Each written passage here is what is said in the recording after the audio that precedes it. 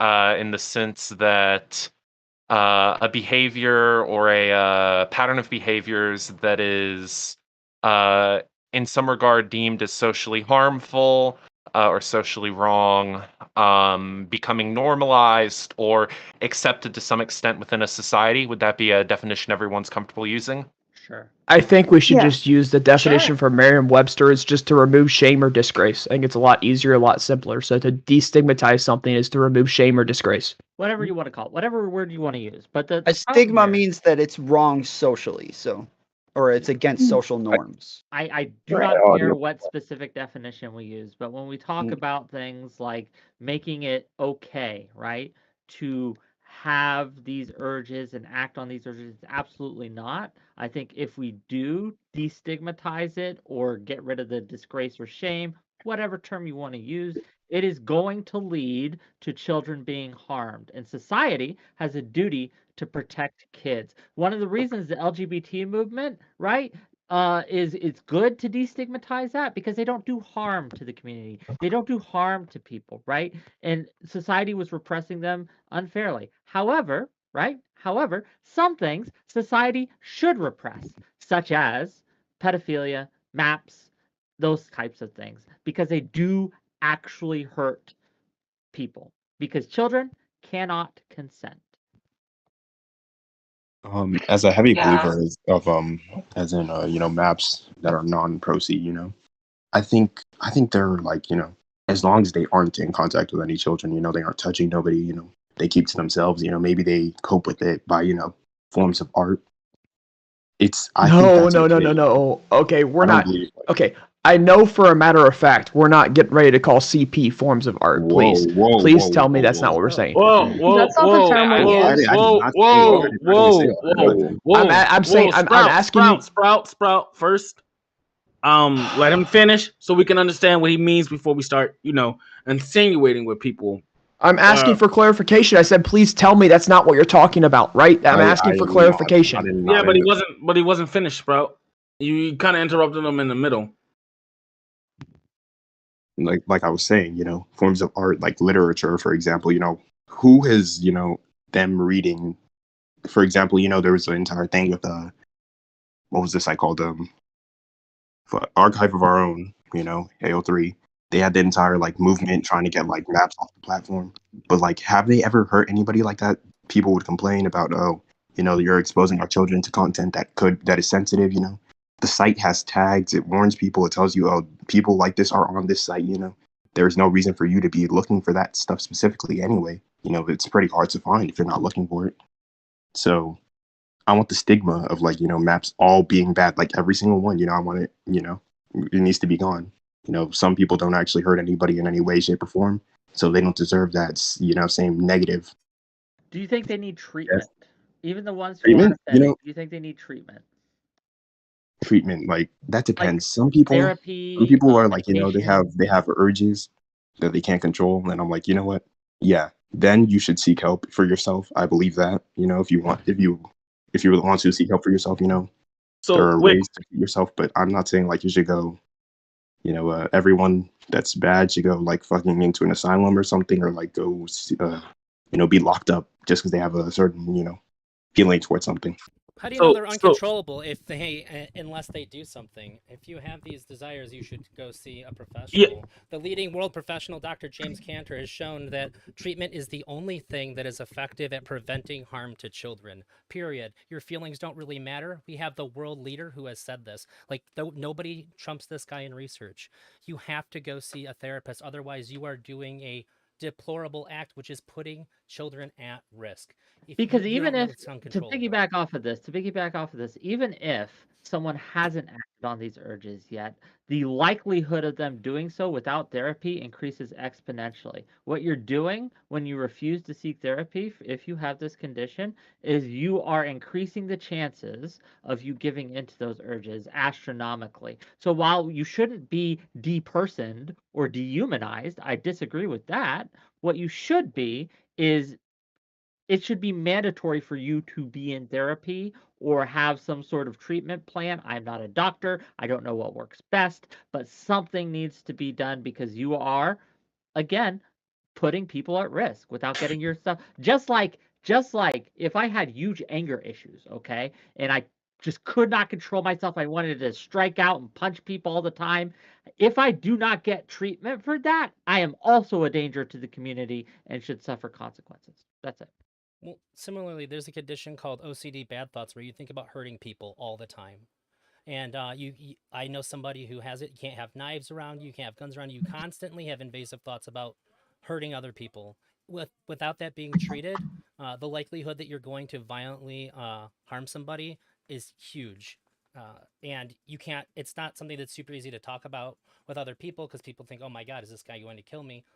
We need to treat people with enough compassion so they go get treatment. But not so much that they think that they're going to be okay if they offend. Okay, this is all so far out in the science too. So here's my question for anyone on the think- ProMap side. Does anyone disagree that treatment is a viable option? If so, what do you believe is an alternative to treatment? And do you believe that treatment is flawed in any way? I believe some people do genuinely. Should I let Simon go first or me? Go yes. ahead, Extreme. I think Yeah, some go ahead. cases treatment is kind of a necessity. In some cases, not every case. Like he said, we all have thoughts of hurting people. It's a natural human thing. You have a baby crying on a plane, you go, I just want to throw it off the plane. That's a natural human thing. Some maps are like, hey, this 17, 16-year-old, they're kind of cute. Some have that. The issue comes when they're like, I want to have sex with a 12-year-old constantly. That's when it becomes an issue. That is the territory where you need to go and seek some sort of asylum. That is where it becomes a genuine problem. There's a range that needs to be understood between it being, I don't even want to call them urges, between them being thoughts and being an obsession. I feel like, everyone's one side or the other when it's a wide range. I've had people on Twitter who are map steaming go, hey, nice art, nice whatever I uploaded, nice tweet. And I've had this one guy just as recent, 30 some years old, call me sexy, call me all this, and I'm like, and I think it's a spectrum between over sexualization and just a thought. I think that it's a range that needs to be understood and needs to be acknowledged.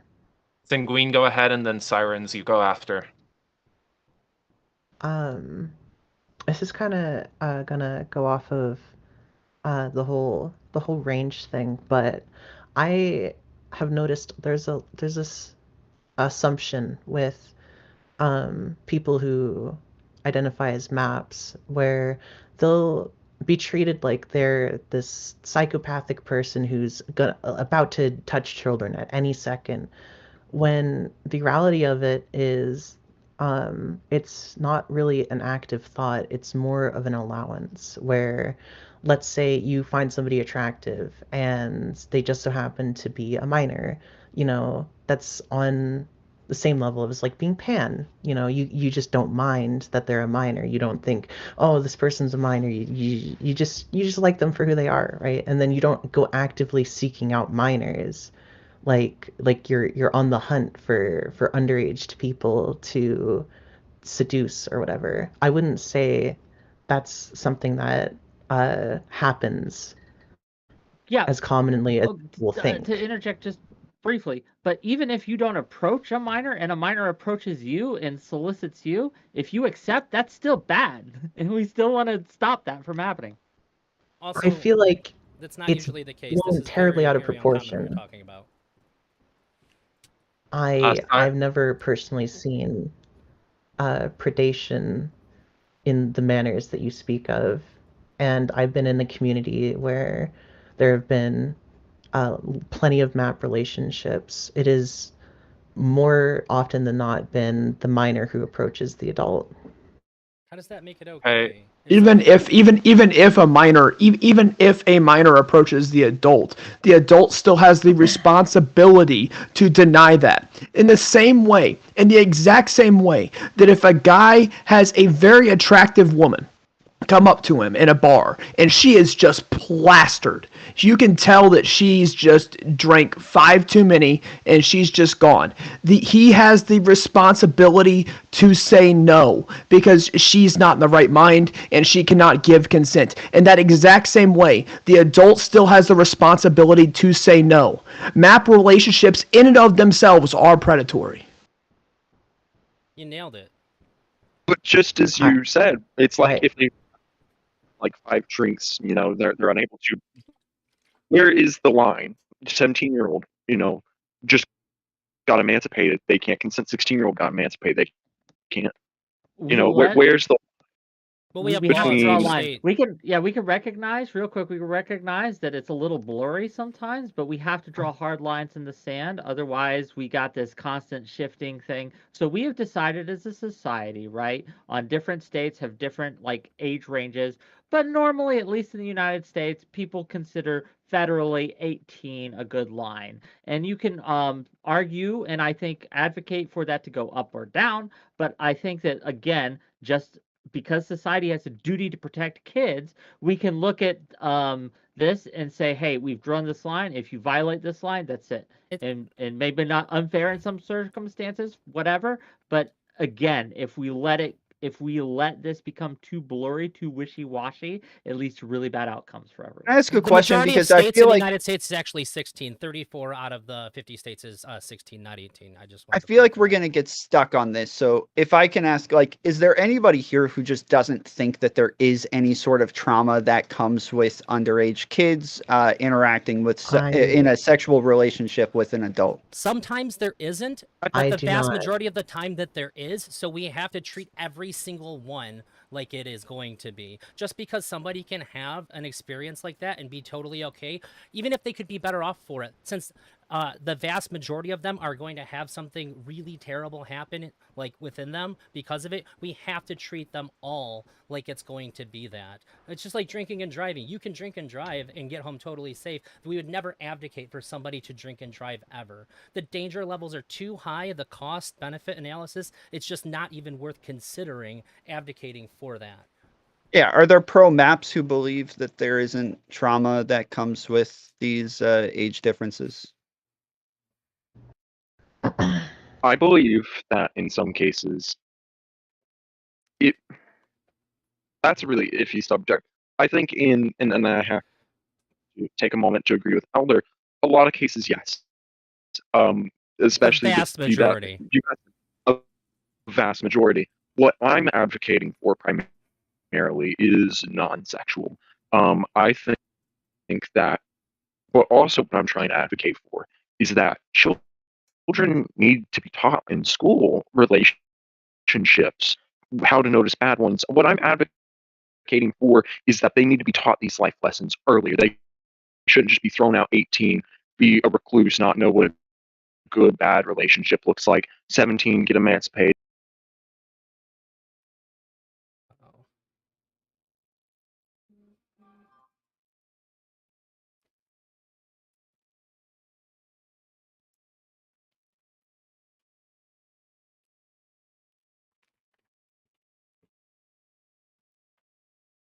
Give it in the proper grade. No. Rose, go ahead. Okay, Rose good. has the controversial sex ed take. Go ahead. Yeah, I mean, I'm not like against it by nature, but at the same time, I think I'm very wary of it. I think obviously that's something the parents should have to choose. I feel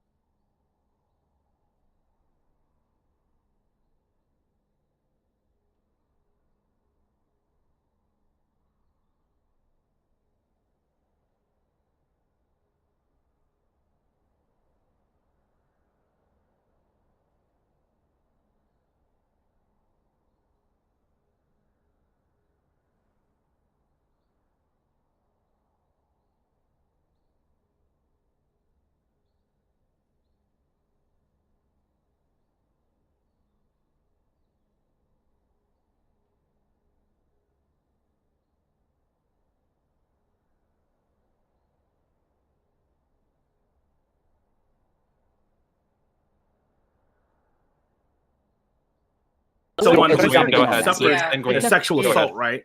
I think there's different scales to what trauma will dictate. I don't think just say anything can be used as trauma. I think that helps the situation. I personally don't see this specialty about sex and how it differs from any other actions where Someone Okay, who's go got ahead. trauma, trauma, like sexual like assault, you said, a right? dog attack. I think there's or something. different I don't see scales how to that sort what of trauma is different will from dictate. sexual trauma. I don't think just say anything. You don't can I see- interject here? Use the trauma. I think that Go helps ahead. the Go ahead. situation. Go ahead. Okay, I so personally don't this is see kind of circling this, back to like the whole sex ed thing. specialty about sex When and I how it was being differs taught from any sex other ed, it was actions actually my dad who taught where, me, and I'll get into all Someone that. who's got Go ahead. Never. like sexual Um, assault, right? but he I was think there's in different college at the scales time, so he how had that college sort of level trauma textbooks is different on from sexual trauma. I don't think like just sexual say reproduction anything. and don't can I see- interject here? use How trauma. I the think that- brain Go ahead. responds to sexual Okay. stimulation. There is a fundamentally different response to sexual stimulation than any other thing. It is more personal, more I think it's more dopamine that it produces, but it's a stronger effect than anything else that you could do. Hence why we give it special status, right? Like it is Yes. a unique experience, right? So yeah, that plays into our argument here that again, it is traumatic in unique ways that a dog attack would not be, for example. And again, the fact that it is a drive that people have, and there are people, pedophiles, who prey upon children, right? Who actively seek out kids to prey upon and traumatized like this for their own gratification. Again, society should stigmatize that. I don't know why this is a weird take. This is a hill I'm gonna die on. You know, I thought I just don't know. I don't understand. But go on, please. I think for the ones that actively go out and hunt people are the dangers to society. Yes, I agree. People, for example, the ones that reach out to me on Twitter and go, "Hey, you're hot, you're sexy, we should VC." Those are the kinds of people that are genuine dangers to society and need to be dealt with, not just in a psychological way.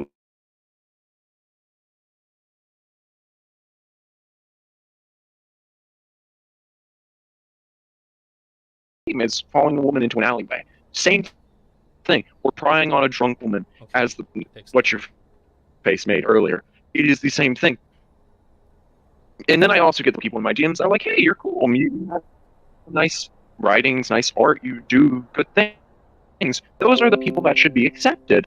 I feel like there's, again, a range, but I also want to take hold for a minute. And, I want to make sure we're all on the same page as what we're considering. A minor is a 17-year-old still a minor, a 16-year-old. Because, again, as someone else said, 16 is kind of the legal, it is the age of majority, and not just most of the United States, and not in the United States, but most of the world. Sweden, Norway, Britain, etc., have 16, and some countries have down to 13. So it really needs to be talked about. What are we considering a minor Okay, attracted I'll person? just give you mine. And so when I consider a minor attracted person, right, anyone who's attracted to a 15, 16-year-old, even a 17-year-old, anything under 18, like I would, again, I want to be clear. If you're 19 and you're attracted to a 17-year-old, that's not what we're talking about, okay? That's different. But when you're 19 and you're attracted to a 13-year-old, that's a problem, right? So again, we can say the line's wishy-washy, and I could agree with you, but we have to draw firm lines in the sand legally and societally. Again, my judgment for you, if you're attracted to a 17-year-old, is different than if you're attracted to a 13-year-old, but judgment nonetheless. Yeah. Hold up, Rose. Which Before says, you I'm go, fine I think the PM person was trying to speak, and I don't think they've spoken at all yet. So go ahead, PM or PYM. I don't know how to say your name. I wasn't trying to speak. Oh, Don't okay. worry. My bad. Then Rose, go ahead. Sorry. I was gonna say, I think that age gaps are more important than the age of consent, because I don't think like you wake up on your 18th birthday and you suddenly become an adult. Obviously, that's pretty silly. That being said, like, the brain doesn't fully develop until you're 25, but the age of consent shouldn't be 25. I think as long as it's important to know, like, we're going to treat a 40-year-old who's attracted to an 18-year-old as a much more severe consequence than like a 16 and 19. Are they both wrong? Are they both, like, there's moral gray areas there. So I think when it's as simplified as that, I don't fully agree with that. I do agree that there should be like some like line, and I think 18 is a good line. But at the same time, I don't think like if a 40-year-old's dating a 16-year-old, that's pretty messed up. But if the person's like a lot younger or around the same age, it's like there can be an age gap where it's kind of iffy, but it shouldn't be treated the same, at least legally, in my opinion. Yeah, I completely agree with the Romeo and Juliet law. Such as like if you're 17 and you're dating a 15-year-old, it doesn't automatically become illegal the second you turn 18. I completely agree with the Romeo and Juliet law, and I'm gonna have to throw a lot of agreement behind what Wick and Rose just stated. Is that the age gap is extremely important when you're talking about like these young ages when you're 19, 17, that kind of thing. The age gap becomes very important. But if you're 25, 26, and you're like, yeah, that 17-year-old, I'm gonna go try and ask her out. That's 100% wrong, and you need to seek treatment because the feelings you have are just absolutely incorrect and can lead to serious harm to a minor. Can I interject? Go ahead. Go ahead. Who was trying to interject? Me. Siren, go ahead. Siren, then Elder.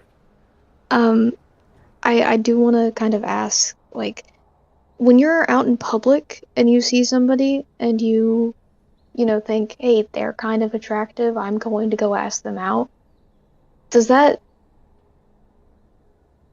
You brought up, like, a 17-year-old. If they don't know that that person is 17, there's no, like, visual cues to tell that person that they're 17. No, I get what you're asking. Fully developed. Yeah, is that like still... some women develop early, right? Some people, I should say, because some men develop early too. I've seen 17-year-old guys who look like they're 25. Jeez. But you know what? That's a little different. When I'm talking about maps, right? When we are discussing maps, I think most people understand it. Like it's people who are attracted to people who are visually, obviously underage, right? They are not fully developed. They are absolutely don't look like they're 25. They look like they're 13, right? I think that is what I am discussing here.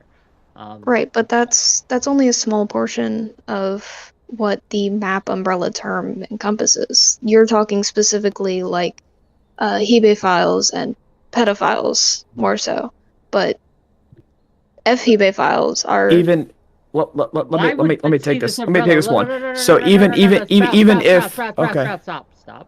So again, if you're what you're saying here is that we are being too broad with this brush and painting everyone as maps when we should only be painting the people attracted to the 15 under or wherever you want to draw that line. Okay, maybe we can do that, right? Maybe we can do that. But the problem is when people I hear advocate for maps, right? They are making the umbrella as broad as possible so they can point to the reasonable stuff and say, look, you're attracted to a 17-year-old sometimes when you don't know they're 17-year-old to justify protections and destigmatization for the people who are attracted to the 13-year-olds. And that is a problem. All right, Sprout. Not only that. So not only that, but I'll take it kind of head on. So like if you do find yourself somehow talking to a 17-year-old who looks 25 and you have the full idea that they're 25, etc. and so on, the second they say they're 17, that should be an immediate turnoff. And you should immediately be like, yeah, nope, never mind. My bad. I thought you were much older. It should be immediately a turnoff. If it's not an immediate turnoff, then you've got some things to reflect on. Let's fucking go. Tom? Oh, okay. Oh, sorry, Sanguine, go ahead. Can I... Oh, wait, no, sorry, Sanguine's lit up when you spoke. Go ahead, Elder, I apologize. Okay, I think that the law is a pretty good metric. None of the laws are like batshit crazy young. Obviously, people in those states agree on that number. Otherwise, there would be people. If people thought that the law was letting people fuck kids, they'd be burning down their courthouses. Like full stop. There's no way that this wouldn't be the case. Some places it's 16, some places it's 18. I think that that's the metric that we have to go by as far as like what makes you somebody who's like criminally wrong and how you're conducting yourself. However, I think that there's people say like the age gap. I think the age gap's a good marker, but I think it's like contextually based. I think that if somebody is in a state that's like 16, but they're dating somebody who's 18 and they're like 35, there may be a very good reason why these two make sense together. There might be some situation like, oh God, actually that makes perfect sense to me. Although there might be some people that are like 22 dating 17-year-old, like you have no business being with each other. This 17, like this, or even somebody who's like 19, like a 25-year-old, like this 19-year-old, like they're very clearly like they have the mind of a fucking 12-year-old dude. Just fucking stop. I don't want to hear about the legality of it. Societally, we're gonna tell you no, this is fucked up. But like I said, the state. People very clearly don't feel like people are fucking kids in these states on the whole. Like the states, like these people have spoken on what they think. And I don't think that we can be like super crazy crucifying people who are following the guidelines of their states. Sanguine and then a tomfoolery. Sanguine? Oh, sorry. So I just had to. Sorry, I'm. You're good. Take your time.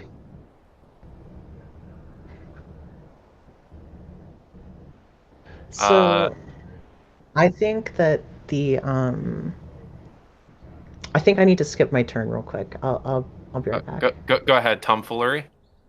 Yeah, I feel like a lot of the people on my side are drawing hard lines a little bit too liberally. It is normal for adults to be attracted to anybody who is post-pubescent. We are attracted to post-pubescent features regardless of the age. You don't all of a sudden stop being attracted to somebody just because you find out some number that's related to them. But that doesn't mean that it is okay or socially acceptable to have a relationship with them. So being attracted to somebody who's 16 who looks like they're 25, you don't find out that they're 16 and lose all attraction to them or something like that, but you shouldn't want to pursue a relationship with them. So that's very different. Like, as to whether or not you would be attracted to them, that's normal. It's normal to be attracted to post-pubescent features. It is not normal to want to pursue a relationship with that person. These are insanely hard conversations, especially to have on like a 10-person panel where there's so much information that you would need and so much context to like actually analyze these things, and it's most of the time it's going to be on a case-by-case basis when we're looking at different age gaps. Tim, don't put that up anymore. But yeah, when we're looking at different age gaps, it's going to be like individually context dependent. But I think most of us are more so against the like minor attracted persons. When we're talking about that, we are talking about most of us are going to have bigger issues with prepubescent relationships. So it's not even just the attraction by itself that is wrong or immoral. A lot of these people can't help that. There's nothing they can do about it, but it is acting on those urges that we're going to have issues with, not just the attraction in and of itself. Well, Tom, push back just go ahead, Sprout. Okay. And I'll push back. Okay. So Tom, like I'm gonna have to push back on that. The idea that if you're like you can be initially attracted to someone, you can initially have that human reaction of I like the way she looks and et cetera and so on to post-pubescent features, right? But the moment they say that they're underage, the moment they give you their mental capacity, right? Because being in a relationship, having attraction like that is not just about bodily features. It's also about mental capacity, right? So the moment they tell you that the mental capacity is underneath the age of 18 and you're like 26, 29, 25, 28, whatever, then that should be an immediate turnoff. That the mental capacity is not up to par, and therefore should be an immediate turnoff to, okay, this person's a minor and I'm not doing this. No.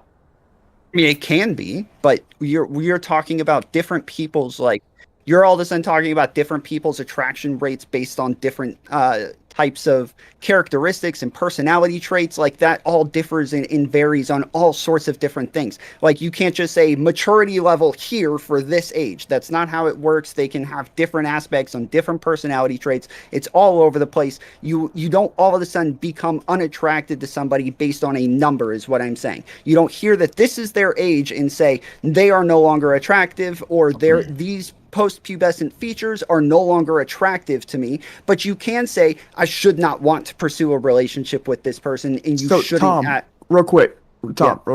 So have you ever been attracted to someone, they turned out to be an absolute bitch, and you lost all attraction? I don't think so. So I think the just better because example might be- just because they've got a nice figure, right? But they're an absolute bitch, and you figure that out. Yeah, Does that change whether you're attracted to them or not? Again, you are oversimplifying this so much. Attracted to them, what does that mean? Am I attracted to their personality? The individual. Probably not. Am I attracted to their body? Yeah, I'm not gonna. That's not The gonna change. individual. Again, I don't know what that means. I think you're oversimplifying. You don't know what an individual means? I don't think I'm a just better example for attracted Tom to would an be, individual. I don't think that exists. One no. second, fellas. Just to clarify things, make things move a little bit faster. I think a better example that Spartacus had for Tom was like, have you ever been attracted to somebody that like was really hot and you found out she was like super drunk and she couldn't consent? Hell no, she could not. Is that like a more fair thing, Spartacus? That doesn't make them less hot. That just makes them less able to. I mean, what I'm saying, like you don't act on it though. That's what I'm yes. What I'm stating is someone can be very hot. Someone can be very visually appearing, very visually attractive. But the second that, like, such as if they're just really stupidly drunk and they're just plastered, that should be a turnoff. You should not want to have sex with somebody. Wait, one second. You should not want to have sex with somebody who is plastered. That should not be a want, right? Same idea with a minor, right? When they tell you they're underage, that should be an immediate turnoff as to, no, I no longer want to do this because you're underage. And that does kill the attraction. It doesn't kill the idea that you're attracted to like this figure or like the parts of the body, right? But what it should do is not that individual. That individual it's out of reach. I'm not touching it. I don't want to touch it. I'm backing off. I'm going to find somebody else. Yeah, it's like I said, you stop being attracted to the personality, but you're still attracted to the body. Let's get back on track. Sanguine, go ahead. And then we're going to, after this, move on to the subject, a different subject, sort of, segueing into our next point. I just wanted to say something on the topic of like losing your attraction because somebody turns out to be some sort of age. So let's say the reverse scenario. Let's say you're 13, right? And you're attracted to 13-year-olds, right? And then you keep that attraction to 13-year-olds. That's fine, whatever. But then you start to grow up. You didn't choose to grow up, but you keep that attraction. And then suddenly it's a problem. Like, that doesn't make any sense to me.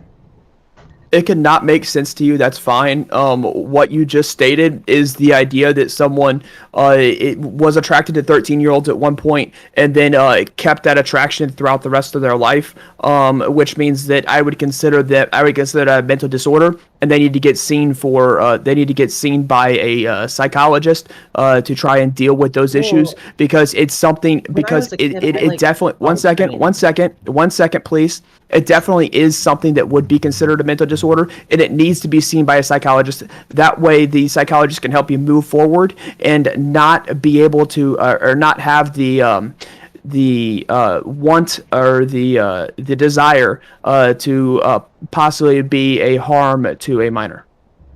So I want to just put a cap on this before we move on to the next subject, just as concise as I possibly can. The problem with being attracted or wanting to pursue relationships with minors is because they cannot consent. That is the heart of the issue. So it doesn't matter at the end of the day whether you find them physically beautiful or not.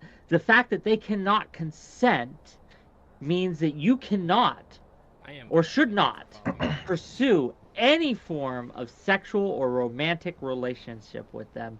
And if they pursue you, you should say no. That is the heart of the issue. Sanguine, go ahead, and then we're changing On that topics.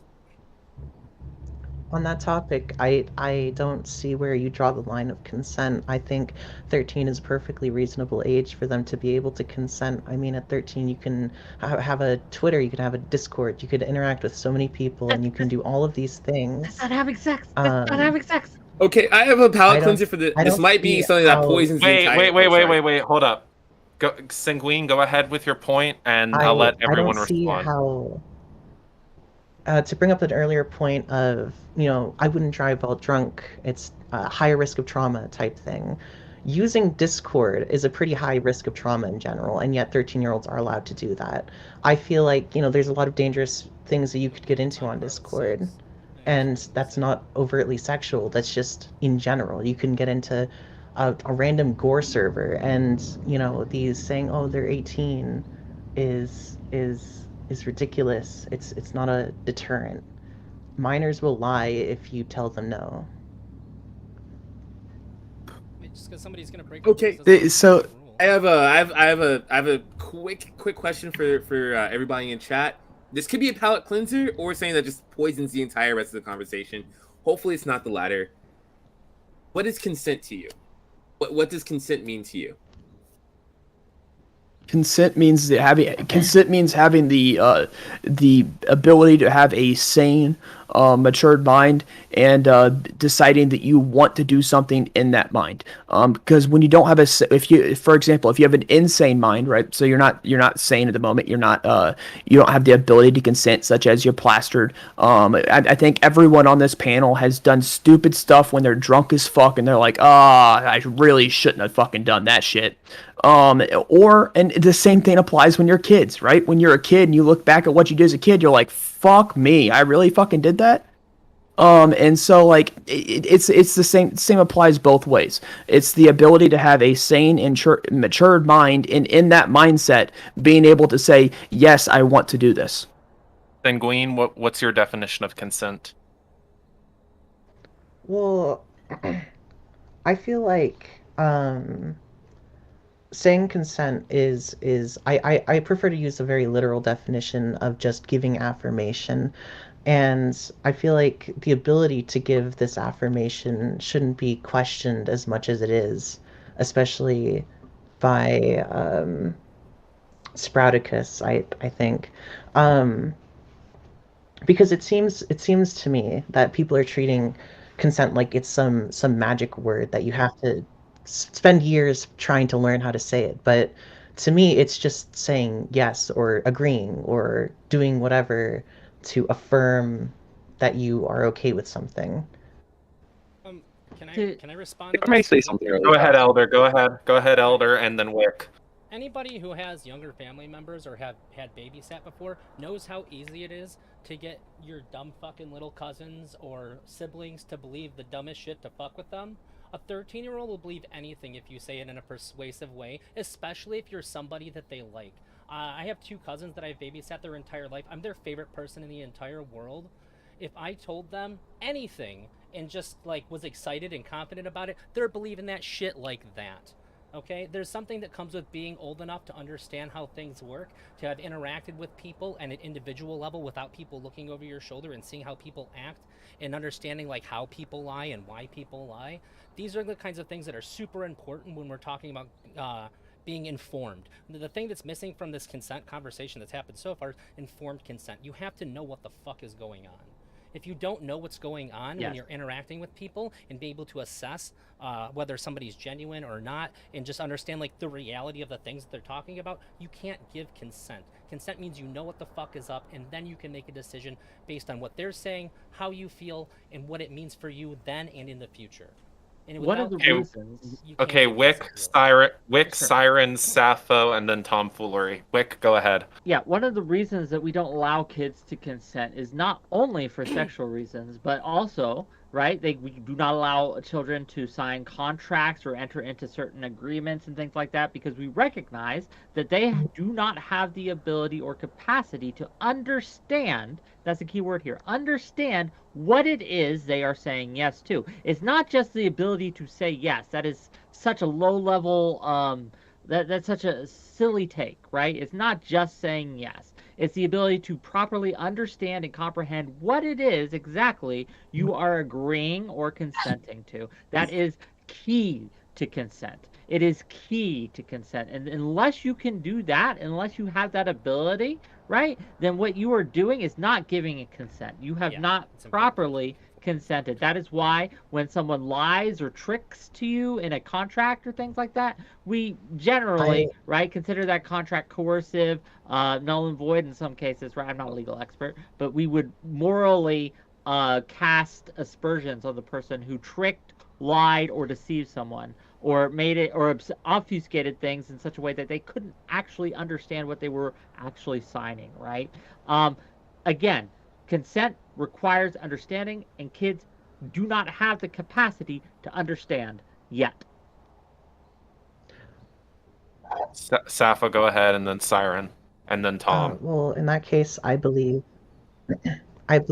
that we need to stop saying, can kids consent? We should rather be saying, do they understand what they're consenting to? Because what you're talking about is informed consent, as mentioned previously. I think just saying consent is just saying yes, because you can consent to an agreement, and agreement is consent. You can just say yes to it. But if you don't understand what you're saying yes to, it doesn't really mean much, does it? So what you're talking here you about go. is Informed consent. In order for consent to be valid consent, right? It needs to have three things in total, which I think I tried to go over. I guess I didn't include the specific word, but you need to be informed, right? You need to have sane mind, and you need to have a matured mind. Because to be truly informed, your mind needs to be sane and matured.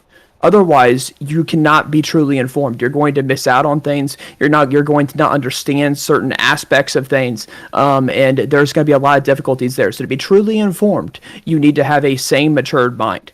So there's three aspects: sane, matured, informed.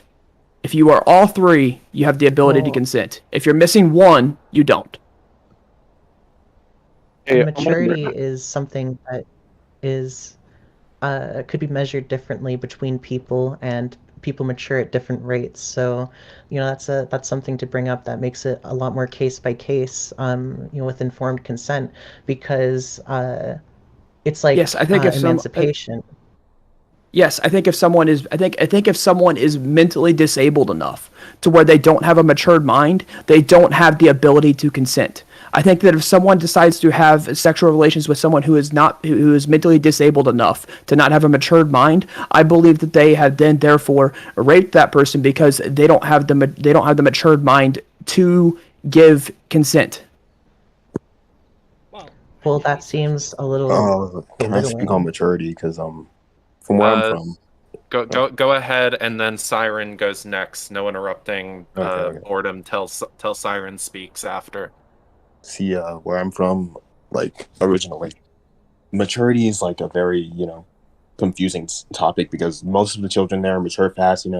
I'm from Africa. Like, people get married at 12. We live like that, right? So why is maturity locked behind an age? I don't understand that personally. It's like, I feel like anybody matures, like they said, it's a different rate for everybody. It can be anytime. It's not a thing that just happens. As you grow older, you just start learning more. Yeah, that's true for some people, or most people even, but not everybody is exactly the same in that sense. Yes, but we have to have societal standards. We cannot take the outliers, the exceptions to the rule, and build our legal system or our societal standards around that. Like, right. No 12-year-old. Wick, I'm sorry I gotta cut you off, but Sirens and Tom have been waiting a while. Fine. I'm sorry. So like what Boredom was saying, James, people do mature differently, and there are different levels of maturity.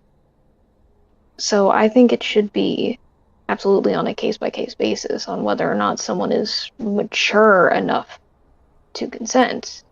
But at the same time, whether they're mature enough to consent or not, simple fact of the matter, if there's a massive age gap or if there's obvious manipulation, then nothing should go on. All right, Tom, go ahead, and then Wick, you have the floor after Tom.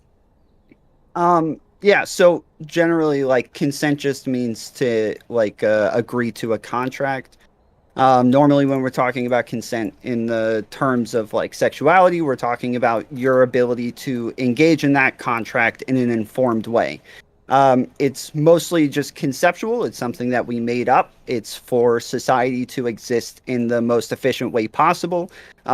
We want people to have things like, you know, saying yes to having sex. Animals don't need consent, so they don't have societies, so it's not necessary for them. But for us, we have societies, and so there's a bunch of other things that we add in, and we want, like, you know, kids to be able to go through school, get their educations, have lots of experiences, and then therefore we hope by the time that they're around the age of majority that they will have had enough experiences, even though their brains aren't fully developed. Our hope is that they'll have enough experiences to where they are capable of giving informed consent. Okay, Wick, go ahead. And Almost then passed, we're brother, moving to the almost next. passed, but I will be brief as possible. No 12-year-old has the same lived maturity experience as a normal, just a non R-worded 25-year-old. That's it. I mean, I would like to argue that because my own parents, my mom was about like 14 when she got married to my dad, who was in his 20s, and they had a consensual relationship. You know, they were in Africa, so that was like completely normal. She could not consent. If she was 14, she couldn't consent. It was consensual. It was in a completely different country. It is in a completely It doesn't matter what country it's in. 14-year-olds can't consent. It does. It really does. No, it does not. There's a level of 14-year-olds, no matter where you live, no matter how you're raised, no matter what culture you were from, 14-year-olds cannot consent. In America. Anywhere. Where's your proof for that? I mean, legally, yes. If we are talking about legality, there are other places where they can vary. Are people who are He's going not to get talking married at about 14 legality. and expected to But, consent, are they like, is a big part of your life up into that point, having everything understood to you, like having this structure of like Yes. what's going to happen? Is this like a big part of like This your is a life? big part of your life. Yeah, I believe that everyone should be educated that way. You know, you should be like, oh yeah, marriage is gonna be in your life. That's how I was raised. I was shit. If I remember, I was supposed to be like married by 11, or like not married but dating at 11. Like, you know, people older than me, my age, you know, type of shit. Of course I didn't because I moved out before that, but you know, it's like heavily taught to you. You know, you're basically raised as an adult from the second you're born. You're treated like you're going to be a functioning member of society from frame zero. You know. Yeah, that's called And grooming. that's, if that's what you like to call it, I don't know, culture, grooming, whatever you want to believe. You know. If Here we really need to have. Just real quick. You're not raising raised kids to be married, but you know you're to raised get married at 11 or 14 years old. you were raised with the grooming them. knowledge of how marriage works, how everything's gonna work, how your life you is gonna think- be, you know, working, So, having James, a family. James, do you think that culture and grooming are mutually exclusive? Yeah. So you I mean, think that I'm sure there's- you think that a culture cannot groom? A I'm culture sure- cannot I'm groom. sure it is possible, but I would say they're exclusive. I'm not saying that, like, you know, I think they're exclusive, but they do not come together always. So I'm sure it's possible. It's a possibility, of course. I'm I not said saying- mutually like exclusive, which saying means that this- there's a strong separation. What you're stating to strong me is that a separation? culture is incapable of grooming. I feel like saying mean, this is I grooming believe is on a there's a level of capability, saying Penguin, go ahead. you have to wear United clothes States, like 100 because years ago, were society they all tells grooming you each other? to. Yeah, like When people It's- died at like it- 20 it's- on a normal day? A wick your We- dad. It's grooming If they if didn't society did is not die at telling 20 you on a to wear normal day. pants. Is what I you're think we saying, all need to basically. pause and have a bit of cultural understanding and respect of other cultures, because that's what this boils down to. There are other cultures outside of America. There are I do other not respect cultures. any culture who marries 14-year-olds. okay, Then you can't have that's your Achievement. problem. cultural respect.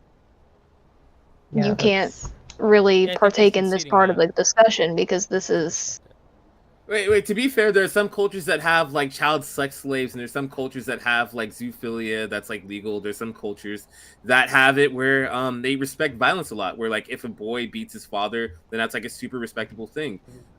Just because that's in some cultures doesn't mean that Wick has respect because that's different in his culture. Okay, Right? but when someone from that culture is expressing their opinions and saying, "Hey, this is what I've experienced, and I think that this is, perfectly fine," I think we need to have a little bit more understanding of, hey, yeah, they just come from a different culture than we do. Let's have a little bit more understanding and compassion for that experience rather than just because they have for literally rape, we can say the same thing for slavery. Where can I draw the line with what you just said? Anything just because they have a different experience doesn't mean that I'm not allowed to have my opinion and disagree with them and say, no, you are still incorrect. This is still a wrong action, right? And so if you're gonna tell me that I cannot disagree with what he's saying because it was his culture and this is how he grew up, so how dare me disagree, right? Then therefore you're taking my culture, you're taking how I grew up away from me. So there's no way to do this which helps both parties, and so each person gets their own opinion. We all get to spout our own opinion, and no one on this panel should be lectured because they gave an opinion. That's not what I'm saying at all. And if you'd let me finish, you would know that I was talking specifically about other people saying that his culture was grooming. Throwing around accusations like that is not okay. I said the same thing. Yep. I'm gonna disagree with you. It is absolutely okay to say, hey, what you're doing is wrong and you need to stop because it is harmful. Harm does not change, right, based on your borders, okay? Me crossing into another country doesn't make murder or slavery or grooming or rape any less wrong. Now, we can't have compassion for someone who is raised in that. I understand that. I can say, you know what? You were raised this way. I have compassion for you, but I cannot condone it, nor can I support it. You have to call what is wrong, wrong. And there's something we can be very clear. When you get married at 14, if someone is raising you to be married at 14 years old, that is wrong.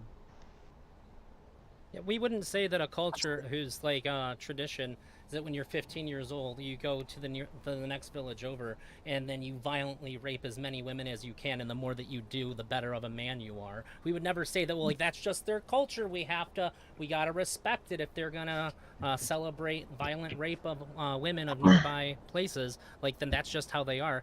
So if something's wrong, we can still say that it's wrong. We don't have to like respect the way that other people do things because it's different. Like I don't really understand that. I don't understand like why, because in the context of our society. Yeah, but like what? Okay, yeah, but like society, it's such an ambiguous and vague word. It's like a distance. Exactly. Thing. So like yeah, sure. So like then why is it so much different than like if my neighbor's 80 years old and they grew up in a different time, I'm still gonna hold them to the same standards that I'm gonna hold everybody else to.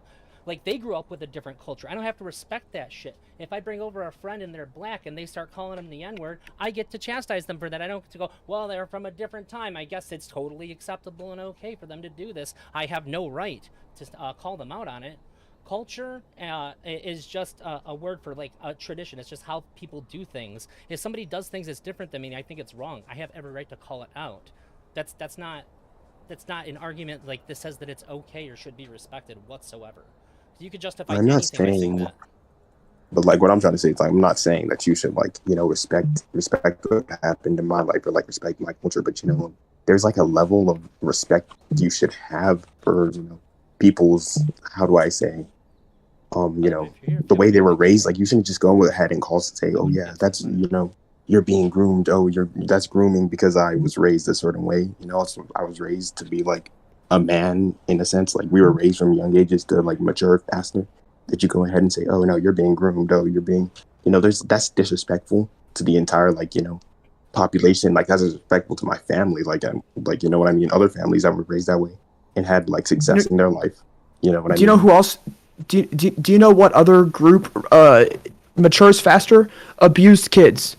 abused kids mature faster because they're forced to be an adult far before they ever should have to be.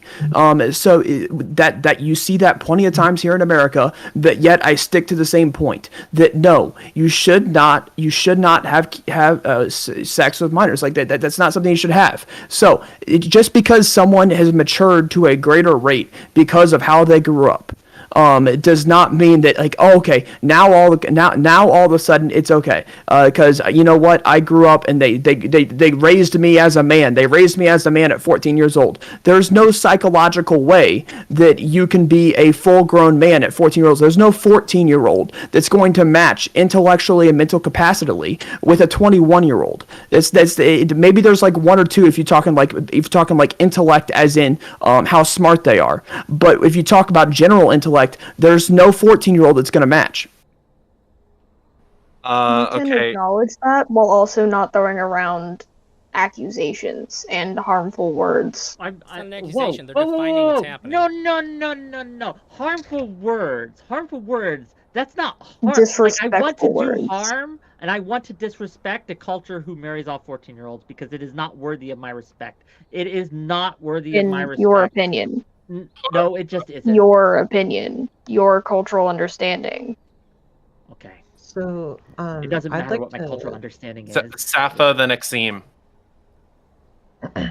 So basically, you guys are saying that there's a mental disparity or a maturity disparity between, a 14-year-old and an adult, like a 22-year-old or whatever. But then why is it not okay, or why is it okay for like suddenly an age to be, they're 18, but they might not be as mature as other 18-year-olds. So they could be, not mature relatively, but that's still okay because at a certain they're over, point, because they quote unquote matured enough.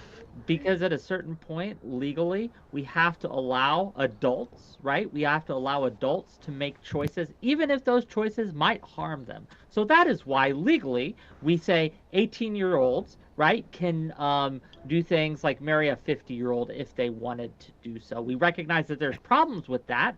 That's probably a gross thing to do, but we have to give people the ability, it comes down, once again, to consent.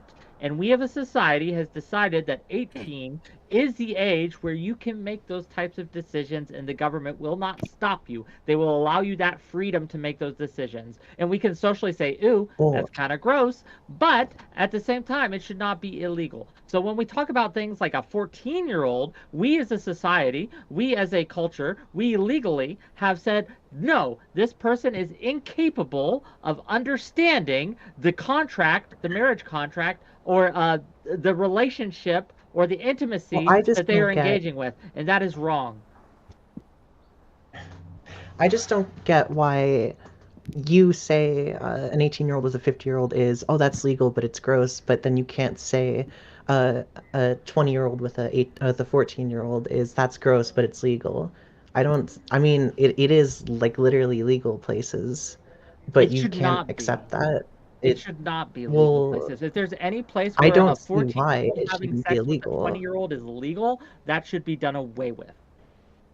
So if I can real quick, I'm not giving like an argument. It's just from our side, there's like a little bit too much pearl clutching. Like we're just saying it's wrong, it's bad, it's Pearl good. clutching. Like No, excuse me, why I clutch the pearls at 14-year-old child brides. that's being what a you're here to bad debate, thing. bro. That's what you came to debate. Yes, that like of course. So yeah, they keep saying like here, these are arguments we want to know why, and your answer is because it's bad. Like yeah, they already know you think it's bad. Have you Like not you have listened to why I explain- explained it's bad? Because they cannot give consent. That is the entire purpose of my argument. I understand that maybe you're dealing with chat and not listening to the conversation. why And that's can they not fine.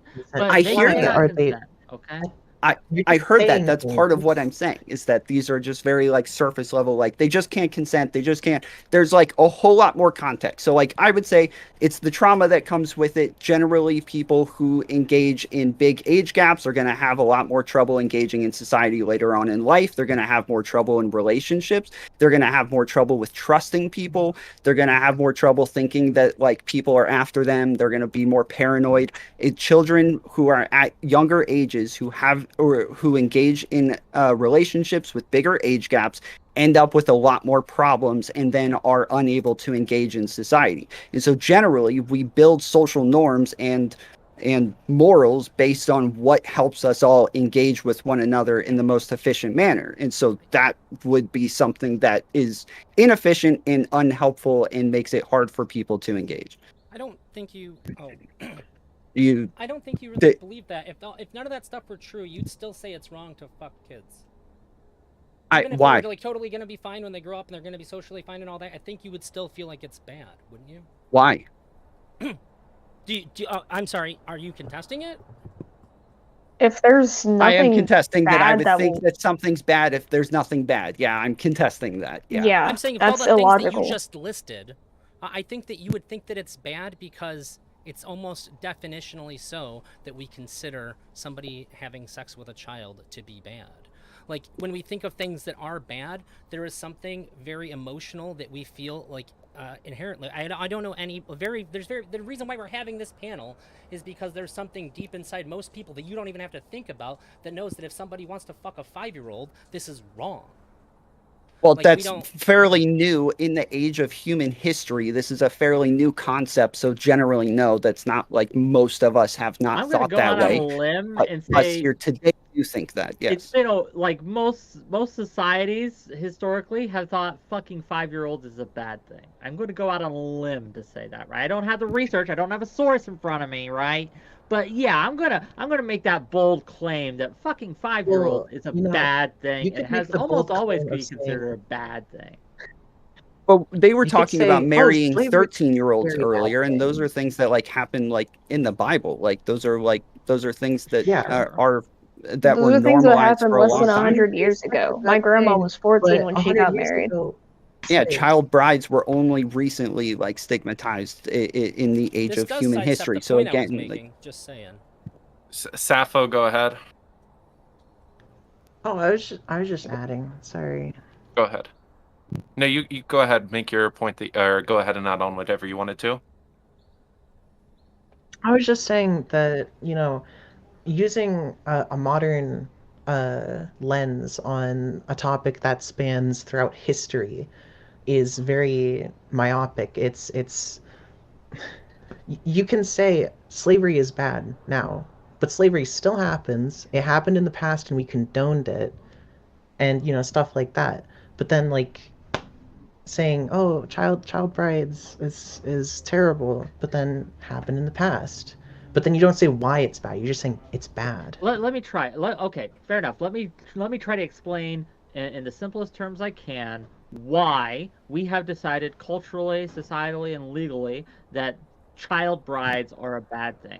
Because again, it comes down to the concept of consent, informed consent, the ability to understand what it is you are signing up for when you say yes to a thing.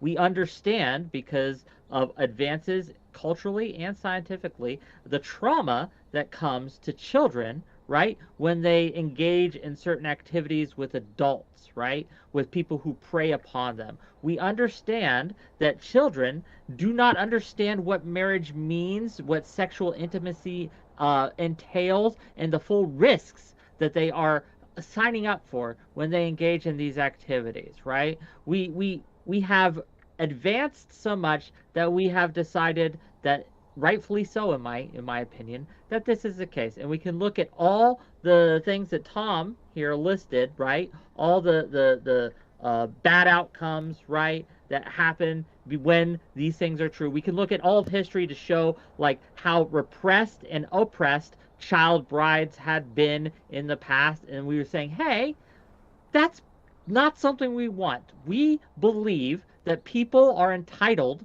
to have a happy, productive life, and that this gets in the way of that. And so when we are grooming and forcing children, right, pressuring and coercing children to sign up to things that they do not understand and cannot consent to, that is unethical and, dare I say, evil.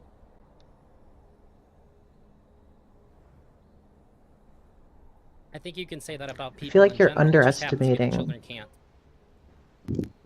I think it's evil no matter the age of the person. It just becomes inherently evil because children can't consent and understand the things. I was just agreeing with Go like ahead. just taking it a step further. At this point, I have to ask, like, you know, at what age do you think that they genuinely can consent in your 18. own viewpoint of it? Because, well, that's a little high, isn't it? No, 18. But what drew you to this conclusion? Well, we have the scientific studies that I can cite on brain development, and we realize, right, that it isn't fully developed until about 25, but we still allow them to make certain decisions, like such say as go to war, right, and things like that. And because we allow them to go to war and we allow them to risk and ask them to risk their lives, then we can allow them to consent to things that might be harmful to them, such as sexual relationships with older individuals, as well as getting I think there's a married. conflict of interest Can in I that. interject here?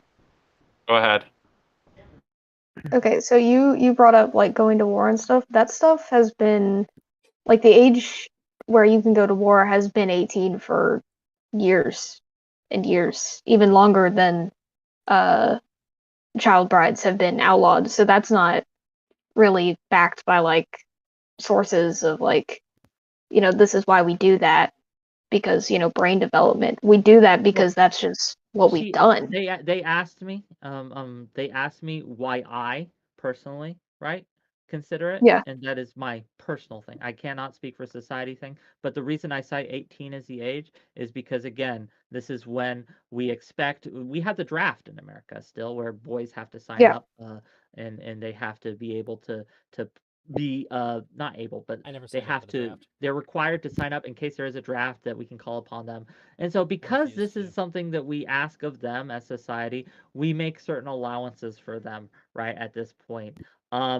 Now when it comes to things like drugs and alcohol, like tobacco was recently raised to 21. Alcohol's been 21 for a while. It was reduced to 18. I believe in the 80s for a brief time, but we saw really bad outcomes come across because of that. A huge rise in drunk driving accidents among teenagers and things like that. And so we put it back. But when it comes to my personal morality here, is I say 18 because if we expect someone to go to die for their country, then they can fuck. We'll let them. There we go. Well, did everybody here wait till they were 18 to have sex? No. No. Just out of curiosity. I waited until I was 21. I mean, again, we're talking about having sex with Yes, on somebody purpose. who is a full-grown adult, not necessarily just having sex in general, because the maturity levels are going to be different. 34-year-old when I was 14. A lot of When we're people talking about things gave being examples. definitionally wrong based on the age, then it shouldn't matter how old the other person is. So there's something a little bit more happening there too. Like I think that like 2 16-year-olds that have sex with each other, I think that it's going to be probably fine. Like somebody might not like it as much as the other one or whatever. But even like I think that like when the ages match, people don't have as much problem with it because it's not so much the sex that's happening there, it's the power dynamics and manipulation that's happening. So like even if like we found out 2 13-year-olds had sex with each other, we're like, oh fuck, we really don't want them to do that. But we wouldn't feel like an atrocity had happened as though like a 40-year-old had sex with a 13-year-old because there's something different happening here. So I just this conversation's been kind of rolling along with like what is your like at what age can you like actually deal with this and handle this? Like it's not going to be nearly as traumatic if it's 2 people of the exact same age because they're at the same kind of like level of development. They have similar power dynamics, and I just wanted to point that out. Yeah, So, I believe that. Go ahead. I believe that there should be laws protecting minors specifically who engage with other minors because that's a part of our sexual development. I've taken plenty of development classes to know that exploring sexually is something that happens when puberty starts. And whether that happens with themselves, with, you know, other things or other people, that's, you know, it's just something that happens. It's natural. It is part of our development as humans. But I think there should be laws protecting that. But society has a vested interest in keeping that from happening between a child and an adult. Yeah, that is the exact point I'm trying to make. Between children. Continue. So to the people, I guess I'm kind of getting tired of this. how it's standing right now. It seems like the pro maps are just asking the anti maps a lot of questions, and then we're just forced to respond to them, and then there's just more questions. So I'm going to flip it around to the people that are pro map. You've already admitted prior in this panel that that no one here thinks that there's no trauma that comes from a map relationship. No one here said that they believe that there is no trauma. So with that, moving forward from that, right? Do you guys believe that there is trauma that is inherent to a relationship between two adults? Yeah, there can be genuinely. No, inherent. Inherent? Inherent? I Yes, wouldn't say inherent inherent. too. In the US, It's 50% of circumstantial. marriages in divorce. Okay, and But I said inherent too, right? It's completely circumstantial. Okay. Okay, But so with it's circumstantial. Yeah, with some minor I need you adult to find relationships, inherent. it's also circumstantial.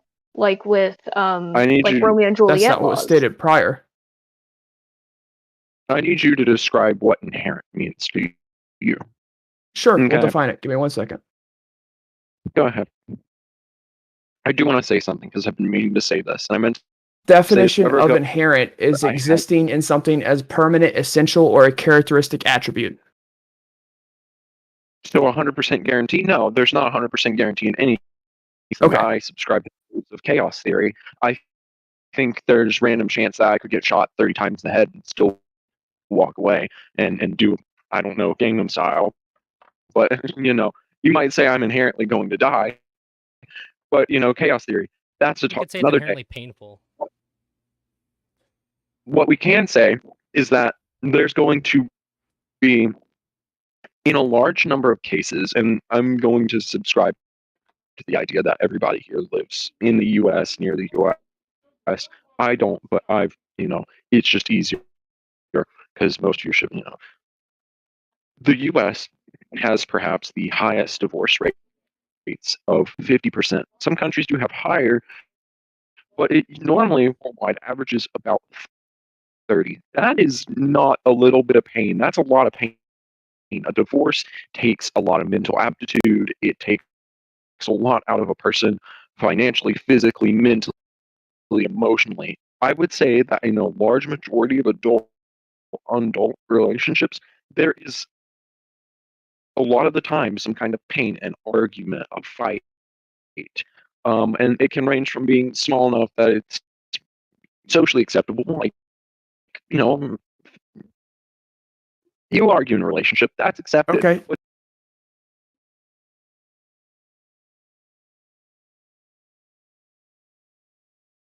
Mildly traumatic to excessively traumatic. And I want to make something clear. Okay, When I say first off- trauma, I mean a Go ahead. negative experience that affects your worldview in any way.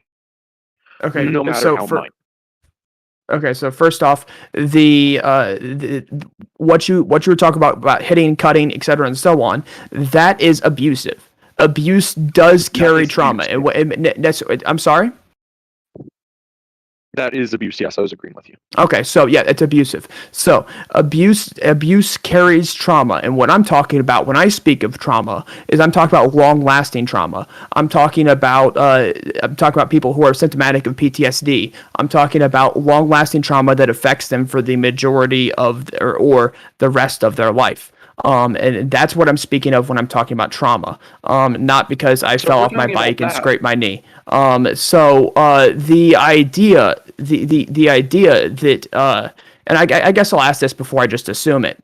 Do you think that a map relationship is inherently more traumatic than a adult-to-adult relationship for the child? I don't care about what it is for the adult. I don't care. It's for the child. For the child, do you think a map relationship is more traumatic than an adult-to-adult relationship? Frankly, no. But that also depends. If it's a relationship with like an 8-year-old, yes. If it's a relationship with like a 15, 16-year-old, no. Because there needs to be an understanding that a relationship's a relationship at the end of the day. There's going to be relationships where an adult is groomed into it. For example, you find a woman you like at a bar and you start talking, you bring her home, you have sex, and then you guys get together. That brings the same amount of trauma as if you did the same thing to like a 17, 18-year-old. No, it does not. No, it does not. It does. Yes, it has. It has been proven time and time again. Prove it. Then give the study. Prove it. I don't have it at the moment. Oh, you don't? Oh. What were the two things being equated? The point still stands without proof? The point is there, and you can disagree. I'm not going to, like, go and search. Of course you're not. I didn't think you were going to begin with, because it doesn't exist. You can... I mean, I can search in my history. I have it somewhere. But what I'm trying to say is that there is inherent trauma with both. Yes, there is. I think what needs to be understood... Okay, I've been meaning to say this, and it needs to be made clear. Consent shouldn't be a right. It should be a privilege. In a perfect society, there's times when a 16-year-old can move out the house, get a job, get married. And then there's times when there's a 23-year-old that provides no real usefulness to society. She robs people, she kills people. There's people who don't deserve the rights to be able to consent. I'm not saying like they should just be raped. I'm saying they should not be able to have sex. Sex offenders, child molesters, murderers, they shouldn't have consent. People who are mentally able to should. And I feel like there should be a test that everybody needs to take. Again, in a perfect society, this isn't really possible, at least not with current circumstances, but in a perfect society, that's how it should have been handled. That's how it should be handled. That's how our ancestors attempted to do it. Are you advocating for something like IQ tests then to be given before? Exactly. Okay. Exactly. But I feel like there's also some people who need to be stripped. Because again, it's not a right, it's a privilege. If you rape somebody, if you kill somebody, if you hunt down children, if you hunt down adults, if you hunt down anybody to sexually or physically or whatever abuse them, murder, things like that, you should be stripped of that right. It is a privilege, and it should be treated as such.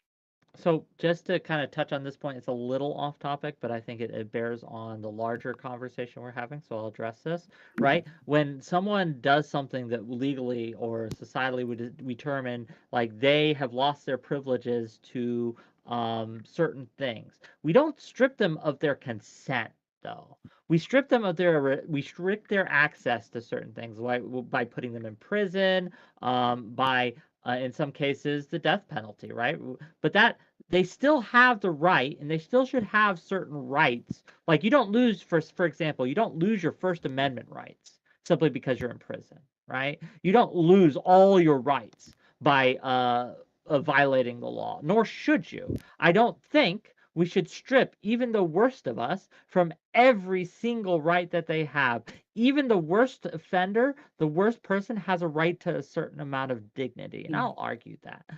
It is tangentially related, though, but I just wanted to put a pin in that because I don't like that kind of demonizing talk where we demonize criminals and things like that. We can recognize that some people need to be removed from society, right? But we don't have to enjoy it or celebrate it. Okay. I do like what you're saying. We're gonna change topics again. I'm sorry, but so here's the next one. What is a solution if maps have to be integrated into society? What is the best possible way to integrate them into society, and what are measures that you would be okay with or accept to prevent them from offending in a hypothetical where, say, some form of like therapy or treatment isn't like the most effective form of treatment? Are there any alternatives that you would support to lower offense rates? Basically, that's the concept. Can I speak on this first? Go ahead, Siren. Regulate. Okay, so I have thought about this for so long now. I have been in college for mental health, like going into the mental health field for a few years now. And ever since I first started, I've been thinking about this exact thing. So in a hypothetical, in my perfect hypothetical vision of how I want things to go and how I expect things to go is we destigmatize certain words, certain phrases, certain attributes of people, and start correcting misinformation and teaching that paraphilias like pedophilia often come from trauma. They are sexual deviances that stem from sexual trauma. And we need people, especially minors, to understand that when you start experiencing, like intrusive thoughts, because that is the biggest part of having a paraphilia. It's the intrusive thoughts. It's constantly being reminded that this is something that you have. Intrusive thoughts do not define who you are, and we need to teach people who could possibly have paraphilias that it doesn't mean that you're a bad person. It means that you've just gone through some stuff, and that if you branch out, if you reach out, help is here. And that's another part of destigmatization that I personally, like online, I advocate for immensely. I advocate for destigmatization because the amount of stigma surrounding having these attractions to begin with causes people to not want to seek help. It causes them to suppress it, and that will make it worse. That will make the intrusive thoughts worse. That will make the self-loathing, which is a huge part of the diagnosis for a paraphilic disorder, much, much worse, and will make offending much more likely. Okay, so I can agree with that, right, to a point, right? I think that we should destigmatize seeking help for the illnesses that you have. I think that if someone is going to therapy, right, is getting treatment, right, we should not, beat them up or call them bad names or these things like that. But we should be aware that they do have a condition, and there should be certain restrictions placed upon where they can go and what they can do. We do not want them working in schools. We do not want them working as babysitters. We don't want them around kids, right? We want to be able to track them. It's a hard line to draw because we don't want my ideal is to restrict their freedoms as little as possible in order to ensure that children are protected. I am okay with restricting their freedoms, even though normally I would be against it because society's duty to protect kids and their propensity to harm kids is so high. And so in this case, for this, I say, look, if they're getting treatment, right? If they're on on registry or being tracked and things like that, we should not deperson them. We should celebrate their getting treatment, but again, we don't want them around kids. Okay, Rose, go ahead. You're in chat asking to give your opinion on this. Go ahead.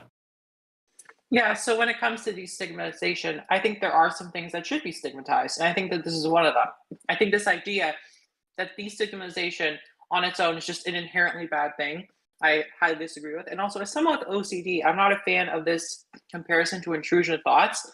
Like when I have intrusive thoughts, I'm not a threat to anybody. It's stuff that I can't control. I don't desire those things. But these people, these are things they desire. They might not want to intend on these actions, but they're different from intrusive thoughts because they're getting some kind of gratification. Someone with OCD and intrusive thoughts gets no gratification from their thoughts. They're horrifying, and they bring them a lot of distress. Maps and that stuff is not the same. That's all I want to say.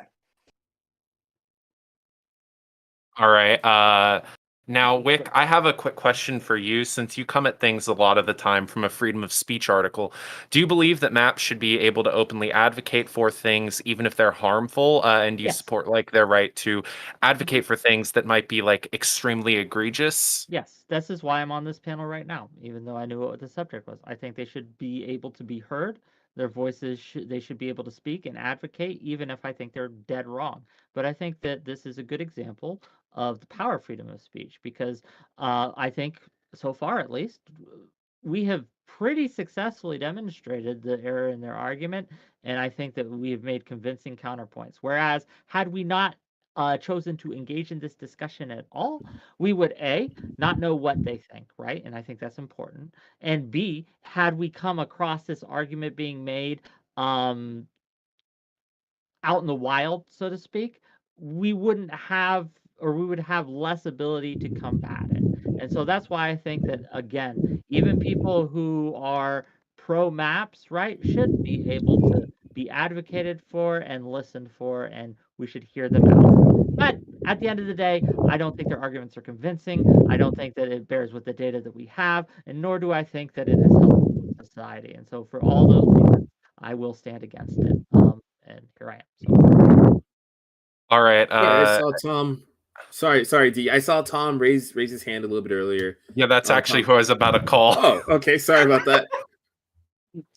Yeah, I wanted to answer the question. I think pretty much anything that's not actually like interaction with a child, if we found out that these things were actually helpful to lowering the amount of children that were being abused, I would be in favor of these things. So like I know there's like a meme about like child sex robots, right? If that was actually helpful for maps or for pedophiles to where they would actually be less likely to interact with children, I would be in favor of that, though I don't think that that's actually the case. And I think that like, you know, or even things like what do they call it? Like cartoon porn or things like this. If these things actually were helpful, you know, in any way, just about anything that isn't actual interaction with children or isn't actually abusive to children, if these things lower the amount of abuse, then I would be in favor of pretty much anything. But at what cost though? Because like vaping reduces smoking rates, but we should still ban vaping. No, I don't think we should not ban vaping. No. I don't think we're unanimous on that at all, as somebody who's been vaping this entire time. Yes, I've literally been vaping this whole time.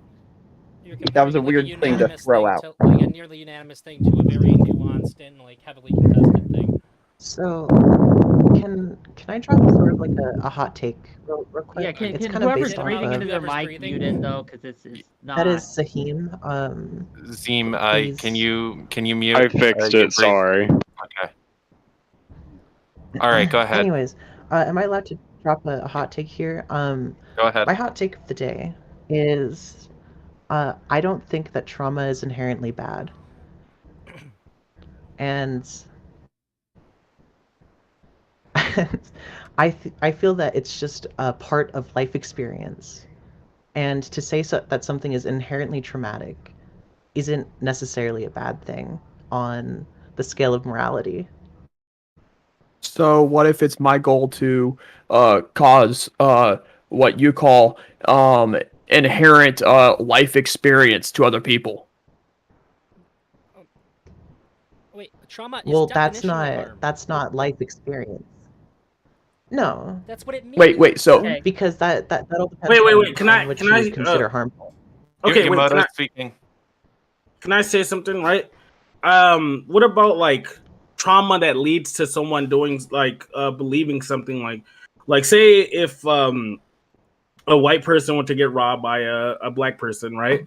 It would lead them to think like that this group is inherently bad, and it starts to lead to like down the pipeline of like racism or something like that. Wouldn't that be considered harm, right?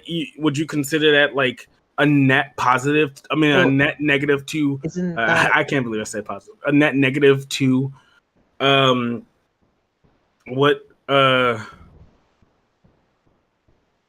Yikes, indeed. Well, isn't that just how like racism started? Isn't that like just a logical progression of thinking where it's almost Pavlovian, where you think, oh, this thing hurt me, and then you start to consider that thing a bad thing. That's like the most fundamental. Yes, but then you start basing your fears like you could have your next door neighbor who's an old elderly black lady, and all of a sudden you just start hating her for no reason. I think this is a bad comparison inherently because no, how is it a bad comparison? No, I'm on your side on this. I don't agree with the take that you're, or with the stance necessarily, because the stigma that, like, you know, pedophiles have specifically is a lot different than racism. Also, the But she idea never that gave she never gave a description of what type of trauma was bad. She yeah, just I said know trauma was bad. exactly. That's what I'm saying. That's what I'm I'm saying. saying that No, trauma wait. isn't Can we just bad. give an example of something that's not bad, that's traumatic? Like I feel like we're just starting to build arguments off of this like terrible, faulty foundation. Okay, Can you well, give me a here, single example of a thing that's good and traumatic? Or define trauma let's where say it's not you are harm. Well, no. Their definition. They stated their definition of trauma earlier. And it's anything that gives you a bad aspect on life. So anything that gives you a negative aspect in your life is defined as trauma to them. Then what does harm mean if that doesn't fit? Are we just making So up words? basically, That's why I made it. let's Well, say- that's why I made the example. I think I'm Let's gonna say, jump in for and add my example, you're in 2 a cents for a quick second. You're in a traumatic relationship, one where you experience abuse.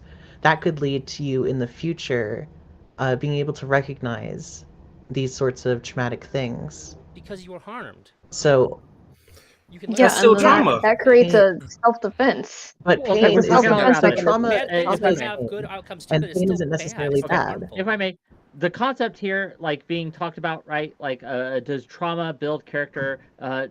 It's anti-fragility. If you guys know what that is when bad things happen to you, you become stronger for it. There is some truth to that, but there is a much difference. There are levels of trauma. Like, for example, me getting my arm cut off is traumatic in a way that is unique. Whereas if I just had a bad day at school or flunked my test at school, that would not have the same level of impact. So when we talk about trauma, trauma, like, it's necessary to growth to a certain extent, but that does not mean, right, that we should seek it out nor condone it when it happens. We just recognize that life isn't perfect, and just like inoculating ourselves to disease and things like that, some trauma is necessary to be a good person. We have to recognize that some levels of trauma are just unacceptable in any capacity, and when it comes to minors having sex with adults, that is on the level of getting your arm cut off. Well, not even just that. We're talking about trauma that comes from abuse. And so right now, like, you would have to be like advocating for the abuse in the first place for the trauma to come afterwards. So like the trauma in and of itself is not the only thing. It's the abuse that comes beforehand that would be more so the problem, right? To give a Well, more isn't that like exactly what we're doing here? Well, That's what not you're if doing we're here. talking about trauma, right? Because if we're talking about whether or not trauma can be good, sure, trauma can have some good outcomes to it. But when we're talking about trying to stop the abuse so that the trauma doesn't happen in the first place, like, it's the abusive aspect that would more so need to be debated then. If So it something doesn't bad make sense for us happens to and it's debate overall the good, we trauma. don't call it trauma. That we say like this is a good thing that happened and it had some bad things associated with it. When we say something is traumatic, we're saying this is a bad thing that happened that has bad consequences. Even if there's some good things in there, we're talking about a bad thing that happened. the cons outweigh the pros heavily. Yeah, that's when then that's what it is. It's a con. Then Yes. I simply do not see how the map relationship is inherently traumatic or traumatic at all. It wouldn't be That's- inherent, but we're just It saying wouldn't that be overall traumatic. we think it. We're not saying that it is inherently traumatic, but that it is most likely to be traumatic because of the initial abuse. I don't think that any relationship with that amount of age gap, especially between a minor and adult, can be completely considered non-traumatic, because there has to be some level of dependency that the minor has on the adult in the relationship. And that is I've been in that situation. I was groomed several times. I've been in that situation. I know how bad it can be. We can look at like very violent like rape situations and see that not everybody comes out with horrible trauma afterwards, right? But we wouldn't say Right. therefore it's okay for people to violently rape somebody else, right? Exactly. That is my exact point. In any relationship, whether it be with a minor and adult or someone who gets super drunk and they're preyed upon, any relationship where consent is violated, right, is something that we need to consider harmful because it has bad outcomes almost every time. Maybe not every time, but almost every time. Just like I could jump off a cliff, right? And some people have done this. They skydived without a parachute and they survived. They didn't get killed, but that's not something we should condone or point to because these are outliers and they could be safely ignored. Then I feel like we need to recognize outliers. We really shouldn't recognize outliers because that's like the entire point of them being outliers. They're not conducive to the entire experience. They're not universal. We don't make rules based off the outliers. We make rules based off the standard, and then we deal with the outliers as they come. And once again, if you, right, are an adult and you pursue or a minor pursues you, you have a duty to say no or to not pursue because, again, the chances of you doing harm and abusing that person are just sky high. They're sky high, gang. And so we say that this is both socially unacceptable as well as legally unacceptable. And we cannot, to kind of tie this back to the overarching point of the whole panel, this is why destigmatizing MAPS is a very bad idea because this is a behavior that we want to dissuade people from engaging in because it is wrong, it is harmful, and it is traumatic to the victims of those who are subject to these types of relationships and behaviors. Can I ask Sanguine a question? Let's say that I go and I aim a gun at you and I pull the trigger, but I miss. I just barely miss your head. Should we just say like, well, now there's this exception. So even though it's kind of attempted murder, it didn't really have the bad outcome that we were afraid of. So it's okay now. And there's no immoral issue with this. There's no legal issue with this. We're just going to say because he missed, it's all good. Would you say that? I wouldn't charge that. No, I would say that's perfectly okay. You would say it's perfectly okay. So it would be an outcome on a case-by-case basis, not necessarily a principle that would stop the bad outcome ahead of time. No.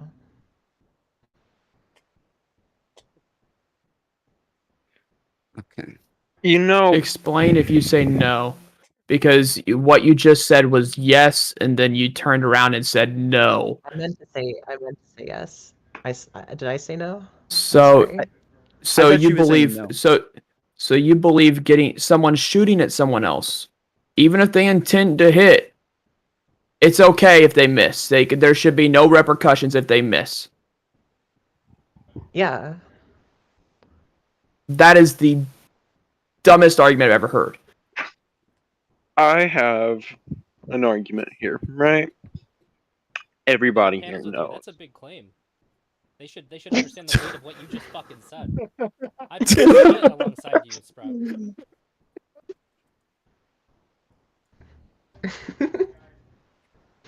Go ahead, Exene. Oh, okay.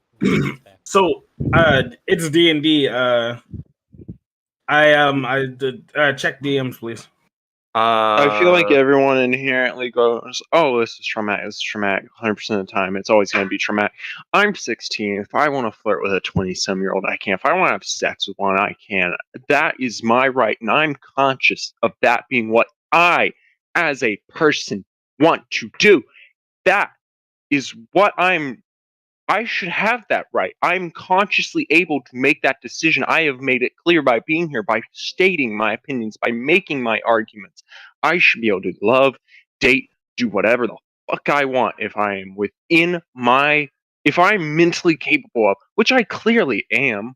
I'm not saying everybody is. That's never been the statement. Hold on. I'm really sorry. Hold on. 1 second. Let him finish. Wait, did he just say let him finish? Let him finish.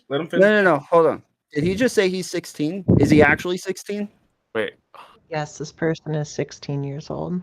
I don't think I want to have this conversation with a 16-year-old on. Yeah, I'm not doing this. I was under the understanding this was all adults. Hold on. I've said it from the start. I'm sorry. I did missed not hear that. that. I Whoa, apologize. wait, you said that? AM. Wait, you Yes. said that? You said you Yeah. were an AAM supporter. You didn't say that you were No, an I did AAM. say I was. That's No, what I was you under did the not. impression. Yeah, that's what I was under the. That's what I've been saying. That's Okay. how I've been You saying see, it. this is That's a prime what I've example been of what we've been talking about this entire time about how adults being, talked about or talked to by teens saying no. We're saying no. We're adults and we're saying no. We don't want to have this conversation with you. If you want me to leave, I'll leave. No, That's I'm a gonna blatant bounce, statement. gang. I'll see you guys later. Thanks for inviting me on. I love you all. And have a great day. Yeah. Thank you for your time, Wick. Yeah, it seems like if you're actually like under the age of 18, like we're so sorry. We might have to excuse you from the conversation as well. I was. I thought it was a map advocate, not AAM advocate, not a. I've said from the start, I'm an AAM. That is what I've said from the beginning. What does AAM mean? Adult attractive minor. Yeah, That's I'm. what I've I'm. said If from the get-go. I'm Yeah, sorry, most- but if he's most staying, minors if he's are staying on, I have to leave. I'm not going to Yeah, continue I'm this really sorry, conversation guys. with the Can we, child. like, cut this here. If you want me gone, I will leave. That is the blanket statement. I did not get. I didn't. Wait, what? It's nothing You called personal, me? but I think for everybody, it's not Oh. personal. But yeah, like nobody's Yeah, comfortable having please. this conversation with you in the room. Yeah, I I'm don't. sorry. I thought AAM. Say I'm that so with sorry. passion. This was. I didn't do my due diligence here. I apologize. Holy shit. Okay. Okay, I did not do my due diligence there. Sorry. Yeah, I apologize to the panelists for that. All right. Yeah, so we might have to go into. D, is it okay if they go into closing conversation? Not closing conversation, closing comments, or Yeah, go ahead and go into closing comments. Yo, I am so sorry, Sprouticus and Tom and Elder. I apologize. It's all good. Wait, I didn't even know. Holy shit. That slipped You didn't by let my me know. smooth Holy. brain. That slipped by my smooth As brain. long I'm as it's so as sorry. long as it's very clear that I was under the influence when being invited to this panel, this is all going to be adults. And that's the way I participated in this panel. My easy out is I was late. I didn't even hear them say that shit. I didn't hear nothing about AMA. By the way, I sorry for didn't being late. hear anything about AMA at all. Yeah, I heard I heard AAM advocate, and my mind went to like an adult who. Yeah. Fuck my. Oh god. That's exactly what they said at the get-go. to be I fair, didn't They AAM said advocate and an AAM themselves are different. They things. specifically Yeah, said that's- they specifically said at the very beginning, because I looked up AAM after they said it. They specifically said that they're an advocate of AAM and maps. They support Like it. so, like that's why I didn't think anything of it when they said that they're an advocate for it. So Okay. God. Well, that's one way to end this. Moving on, yeah. I guess. So, go first. Well, I so- bet you people are going to talk about this panel now. So I mean, there's that. I can watch Holy this on shit. Red Logic tomorrow morning for sure. Holy when, fuck. he's raking Oh through the shit! Thank Oh man, thank God I reached out Are you to guys the done? people. Thank God I reached out to the right So people. thank- Oh God. Yeah, I was worried I was gonna get muted as I keep telling him. I'm like, no, stop, hold on. I'm like, please don't mute me, but like, let me get through this first. All right, I can go first on closing statements. Yeah, I- close. Sorry. Go ahead, closing. Yeah, so I am in favor of like destigmatizing non-offending pedophiles, meaning like I want to make it to where they're capable of coming out and saying, yes, I have these predilections. If they want to get help, especially if they want others around them to help them and want others to be able to keep an eye on them. And, you know, like I was a drug addict for a while. I needed people to keep an eye on me. I needed people to help me. I needed to be able to come out and tell people that I was a drug addict so that they were able to do those things for me. I think that would be good for non-offending pedophiles, but relationships with between adults and minors is something that has negative outcomes because of the society that we live in and because of the way that we've organized it, and it's just not a good thing. Anybody who goes through these things will end up having trauma and a lot of trouble living the rest of their lives, and so for that reason, I would be completely against destigmatizing or legalizing any of those things. Hey, Tom, good on you for recovery, my guy. Appreciate it. I don't have to know you to sincerely say I'm proud of you. Yeah, I appreciate it. It's about 13 years. I was heroin addict for a long time, got out of prison, and stayed clean since. So. That's what the fuck is up, dude. Congrats. Nice I got Tom. Elder, go ahead with your closing statement. I think that anybody who thinks that we shouldn't make it easier for MAPS to get help so that they don't offend children are prioritizing their own personal feelings over the safety of children, and I think that's totally fucked. I think that when it comes to things like this, we have to be super aware of what the facts and data are, because number one priority is keeping children safe. I don't have to be a father to feel like this. I don't think that you have to have kids, but if you have kids, you know that sometimes you have to do things that are right for your kid that don't feel great. Sometimes the correct thing to do isn't the easy thing to do. And I think that's a situation that we find ourselves in with this. And I think that it's wholly irresponsible to take your feelings about something and say, well, the facts don't matter here. I guess I'm just going to risk more kids being abused. We need to understand that they are people, and people need help when they're dealing with certain things. And in almost every instance, it's not their fault. So we don't need to be punishing somebody for something that they feel inherently. They need to get help. However, we should stigmatize people choosing not to get help. I think that's pretty much it. Okay, Spraticus, what are your closing thoughts?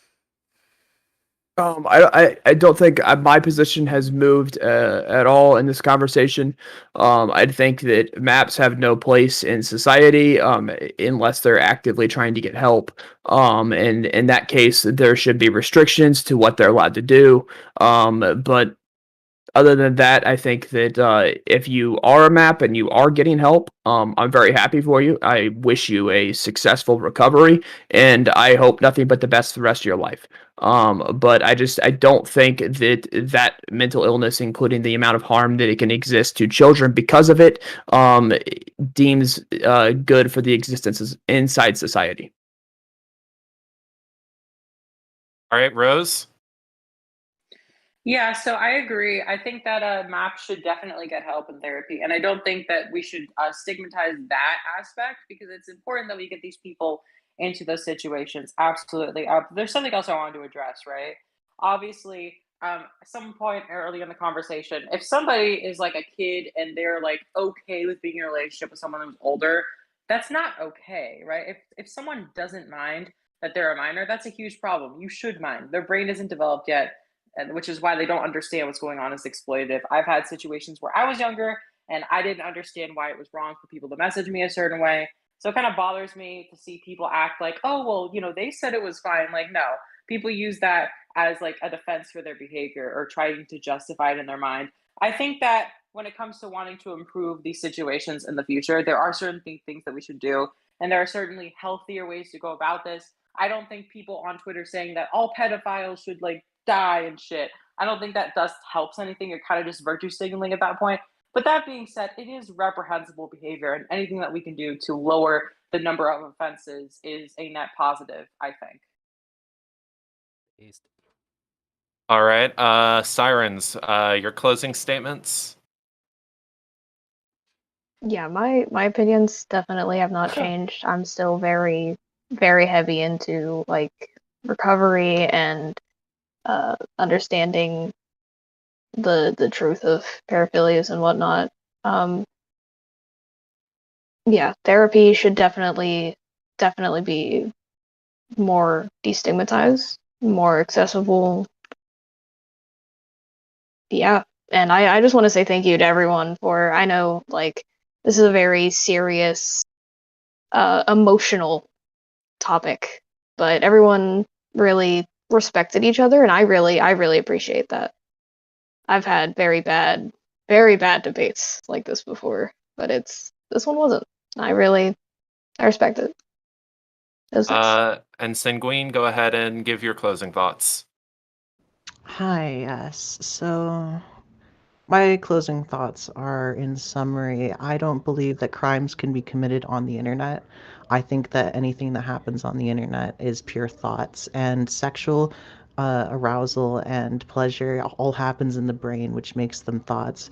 The largest sex organ you have is indeed your brain, and therefore policing anything sexual is inherently policing thought, and that would mean that we are all committing thought crimes in the process of these quote-unquote immoral acts. So what I'm saying here is it is literally 1984.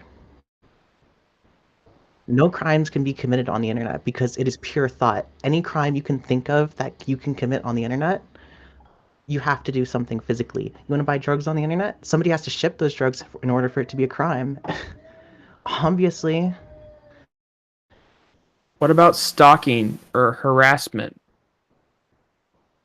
That doesn't affect the victim. Wait, stalking and harassment do Doxing? affect the victim. Doxing? Stalking? No. Doxing? Doxing isn't stalking.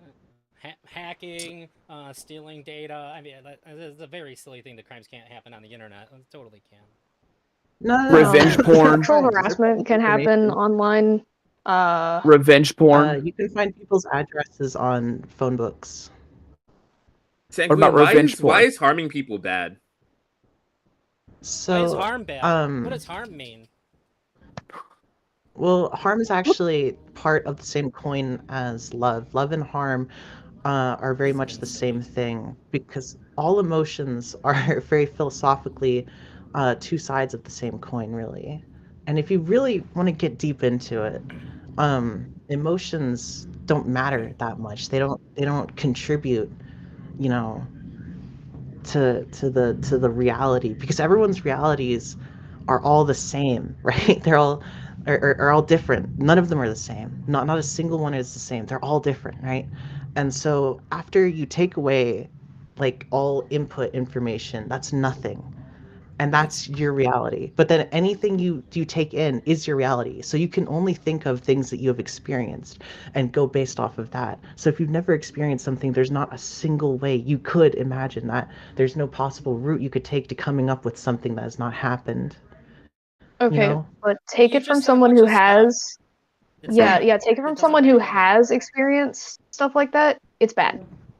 I've been groomed. I've been in Experienced stuff like what? relationships.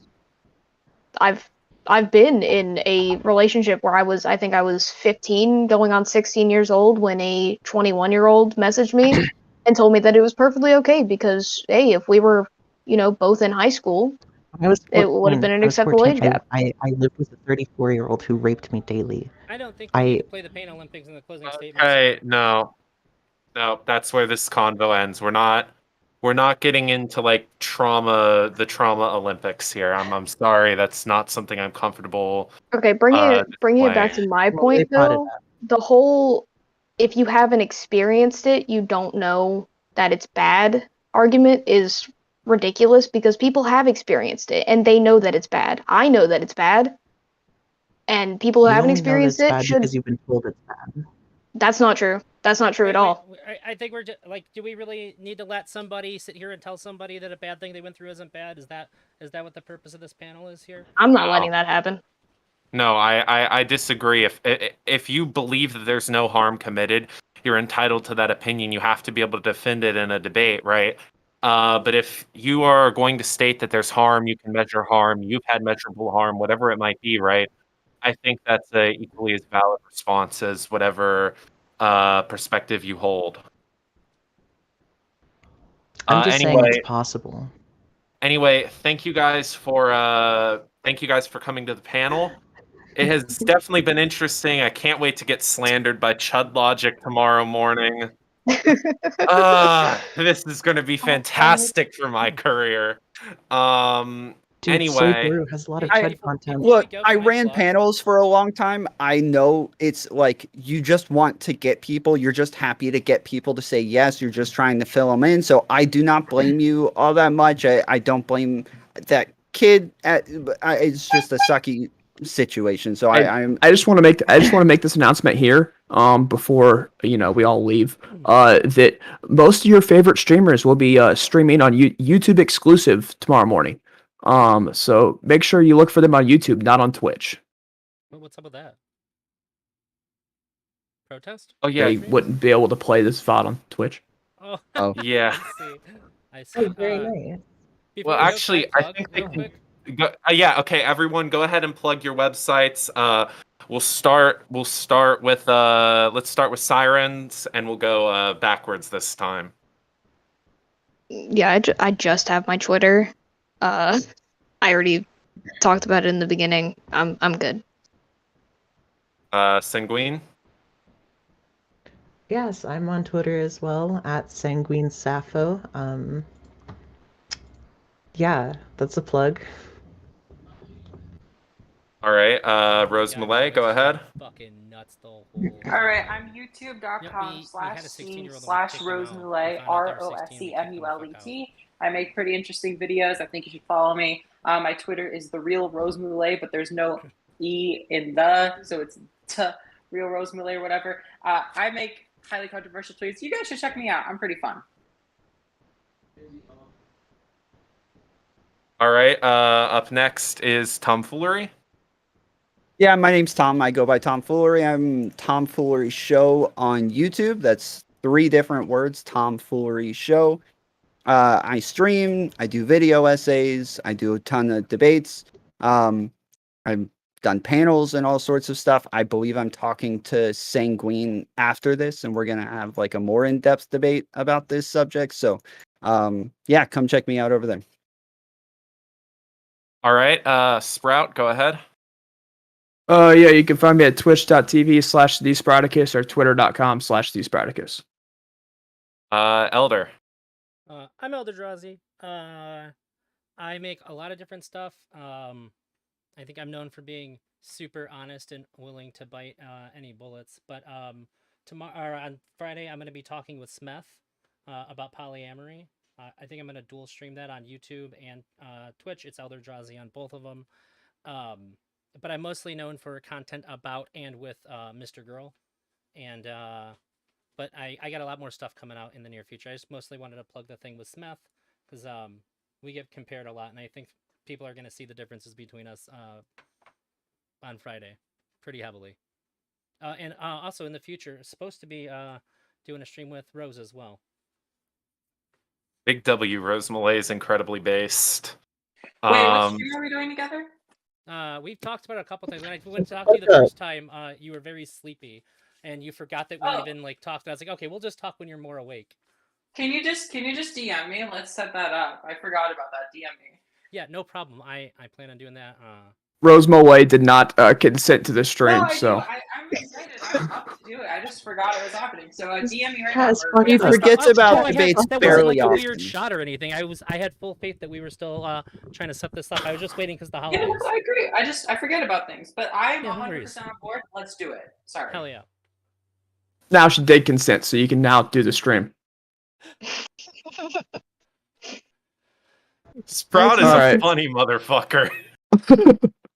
Oh, Agreed. I want to say it's Sirens Burst. You said thanks for everybody being here. This is weird. This is a fucking Wednesday for me. Okay, this is like half of my fucking conversations. If you've ever seen anything I make, like this is not that big a fucking. I came here instead of going to the gym. I usually go to the gym 6 times a week, 1 rest day. And instead of going to the gym, I came here. So now my Sunday, instead of I go to church, I go to the gym. So thanks, guys. Chad, You're welcome.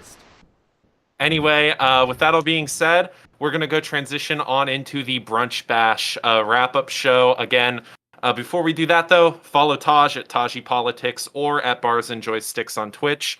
Follow Black Yamoto on Twitter and Twitch. I should probably be linking him on my personal Twitter, which you can find linked down below. I'll also be shouting out everyone who came on the panel. Huge thank you to everyone for being here. We'll be having a cryptocurrency panel in about 2 weeks. And then after that, we're going to be doing a Red Pill panel. And following that, we'll be doing BLM versus Nazis, essentially. So got some fantastic panels coming. I'm a Nazi too if you need one. Oh, Jesus Christ. Oh my gosh. What? That was a joke. /J/S sarcasm. Mood. Oh know? god. Oh my After god. everything else that you've said this entire time, Okay. Honestly, I was not surprised when they said that, and I just kind of went along with it. I'm like, oh, well, I guess we're here now. Yeah. I mean, the last Appreciate it, guy was a guys. Nazi, so. Have a good night. Have a good one. Have a fantastic night. And me, Good Yamoto, night, and Todd everybody. are going to go ahead and do the wrap-up show. Thanks. Yeah, I know a lot of people got here late. That shit was fucking bonkers the entire time. Like, I heard some of the most wild shit. There was people that were saying like trauma isn't inherently bad, and I'm like, it's definitionally bad. What are you talking about?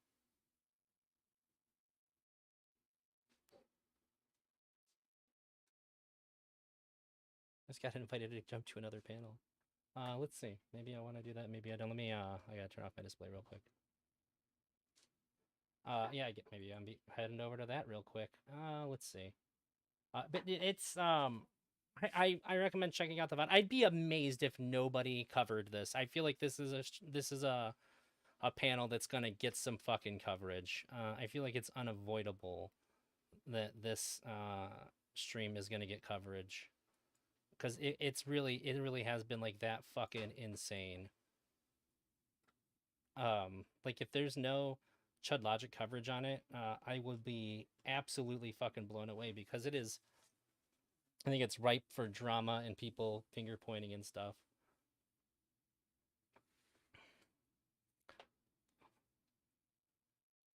Yeah, I think I'm gonna talk to Sprout for a few over there. Oh my god. I don't think they verified shit. Should I be off stream for this conversation? No, let's just move down to live show. 1 second. Okay. You gotta pull me.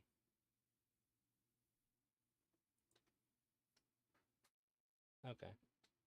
No, we're just chit-chatting about the panel. I was just telling people, several people got there late, and it was. I don't know if I can appropriately explain just how fucking. Hey, can you invite Rose Malay to this server? Because I can't send an invite, evidently. Yeah, 1 sec. Just. I can't send an invite to her even though we're friends. It doesn't make sense. That's weird. I'm just gonna copy and paste the invite link to her. Oh, what the fuck? Rose.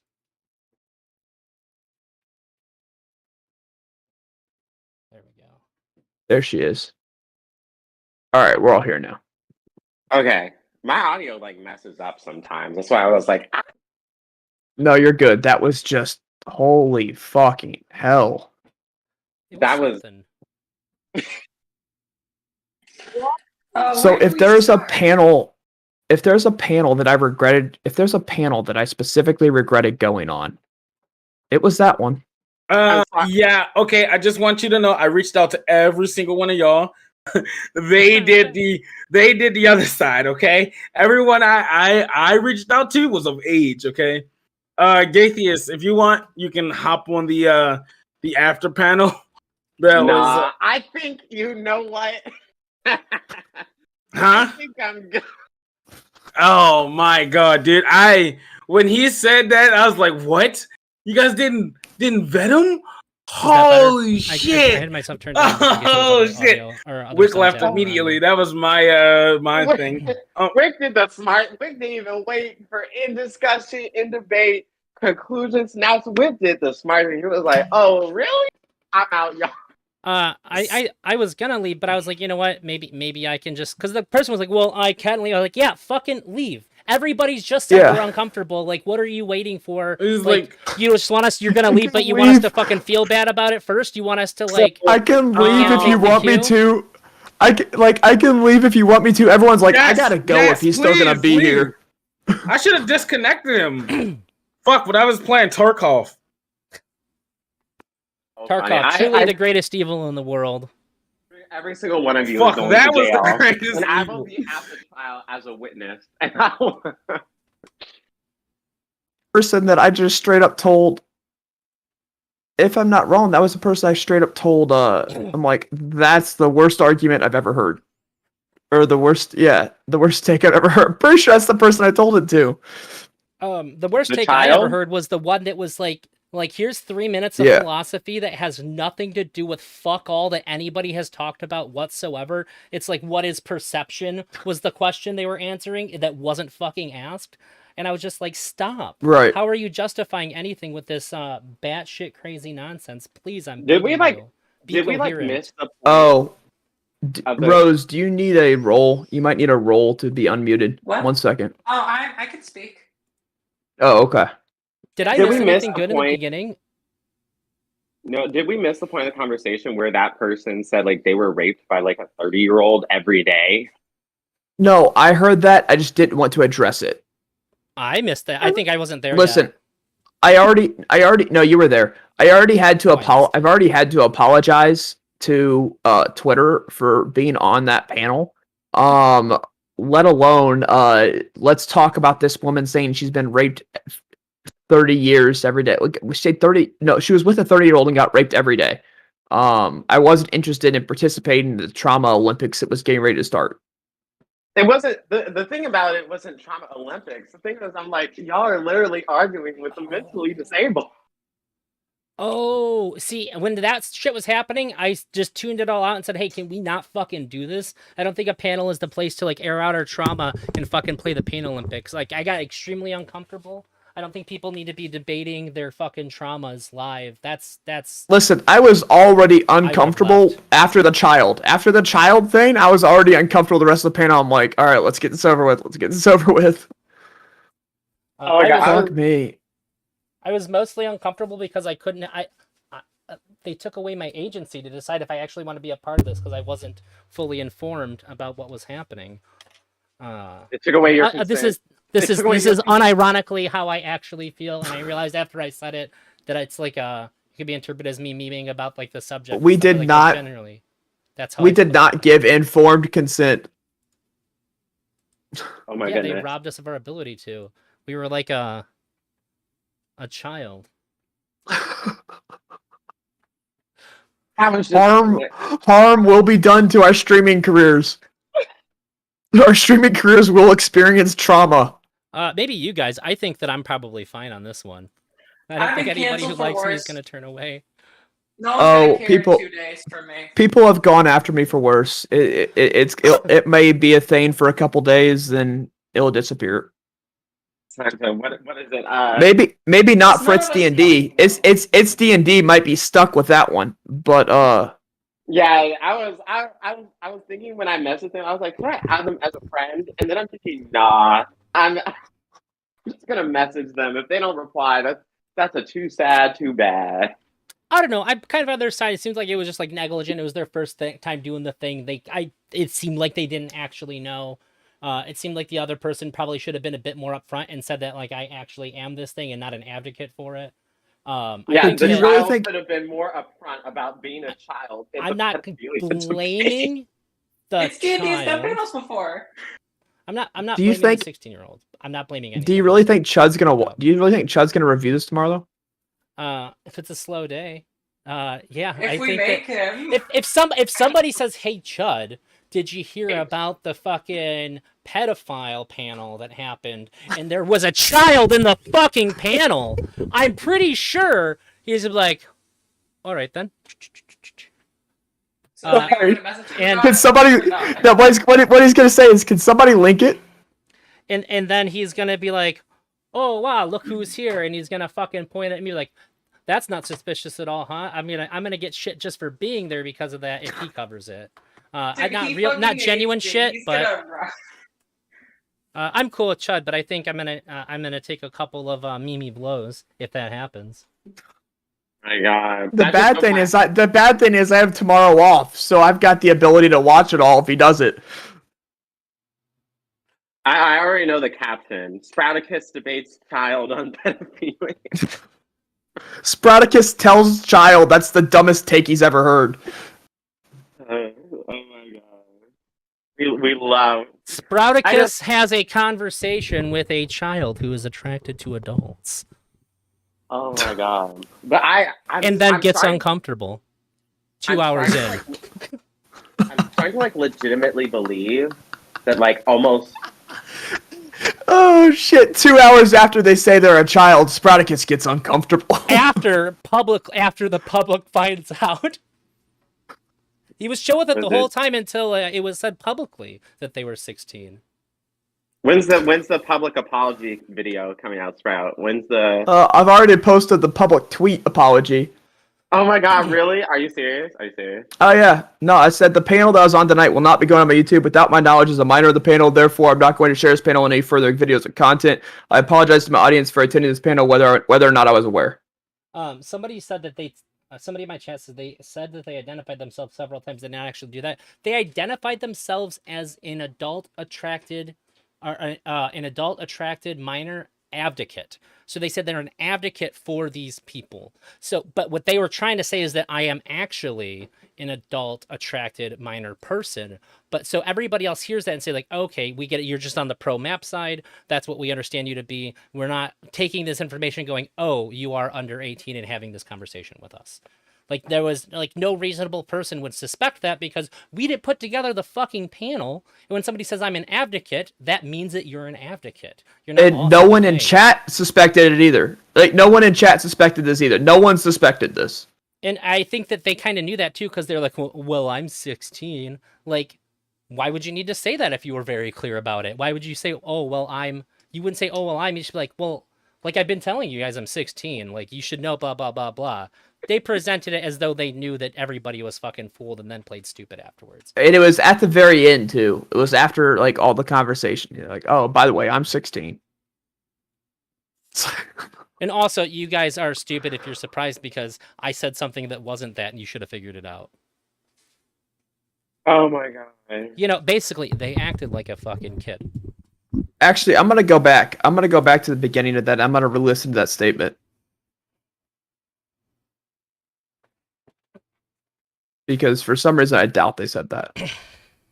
Oh my god, I can't like okay, but wait, to get to the actual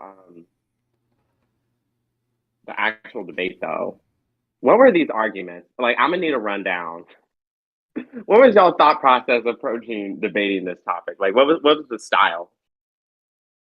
I was told they were having a hard time finding people that were anti-map, and I'm like, this is suspicious. Fuck it. Put my name down. Well, they wouldn't even define it for me. I was like, wait, what does it mean? Is like, if I think that like we should still treat them as humans and encourage them to get help, does that make me pro-map? Like, what the fuck? So I didn't have any introduction written in there. They want to just divide ourselves between. I was like, I don't know where the line's drawn here. How fucking hard is this? And I'm not getting ready to let somebody have a stream full of like people that are pro maps without me, and they're trying to like tear it apart. I'm just like, oh my god. Yeah, my honest opinion was when I got it from Black Cubati is like, oh, we're having a hard time finding people who are anti-map. I'm like, this is suspicious. All right, sign me up. I thought this would be an easy W for me. Like, oh, I get to argue why this is bad. Oh, so easy. And I literally tweeted yesterday. I was like, can't wait to debate why pedophilia is bad, actually. Feels nice to actually have an agreeable take for once. Let's see how I can fuck it up this time. Rose dunks on Minor about pedophilia. I know.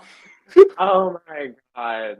It was just so like, oh, the titles that can come out of this one. Rose aggro's Minor into submission over pedophilia debate. Jeez.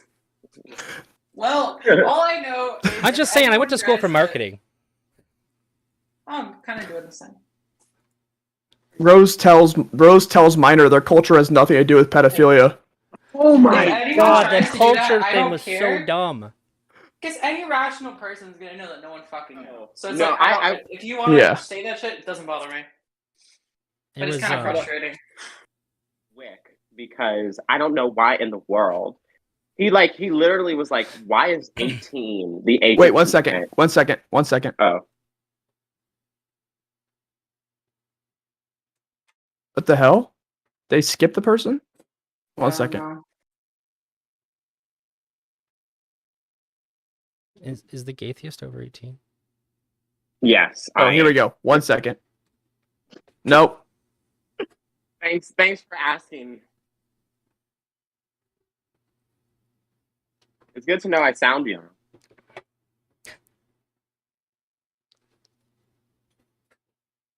Oh, here we go. I'm under the age of 25, unfortunately. I'm 22. She cannot Developed consent. brain. We cannot consent. Exactly. Hurry up, Sprout. I'm trying to make my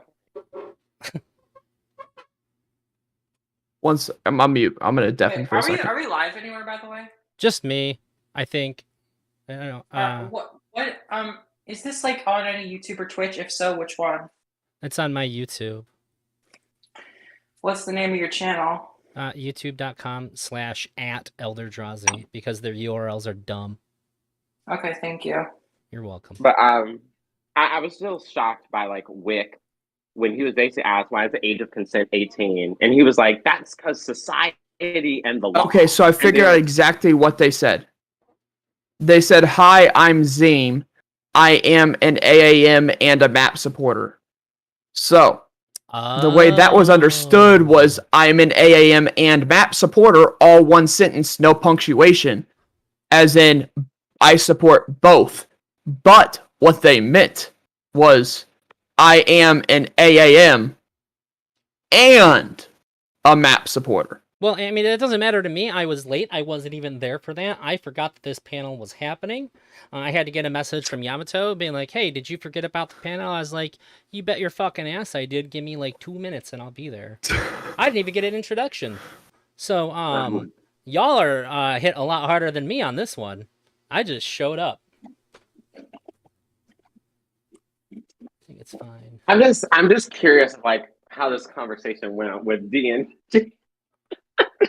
Well, we're not like, really how did we're they more or less find this joking about person? how it's going to be taken by the community. How did they Like, introduce there is a themselves little bit of a to concern them, that they are and going to then, get like, fucking raked what- over the coals oh because my people have God, very so many strong virtue questions. signaling reactions to So it. many questions. But I most Oh, don't worry. Chad will ask them all tomorrow morning. Is that just what Chud does? Just reviews other people? I don't know why we keep referring to Chud. Because I made the joke that this was going to be on Chud tomorrow. And then I think it was a funny thing to say, but then everybody's like, fuck, actually, maybe. Fuck, actually, maybe. Because with the right framing, this could be seen as quite the dramatic and edgy thing to do, even before the kids said they were 16, just because of the content matter. But the fact that there was a 16-year-old in the midst the entire time definitely amps up the potential for somebody to like really make things look like super duper bad. But once again, I wasn't even there, so for any of the information, because I mean, obviously I would have heard the comma.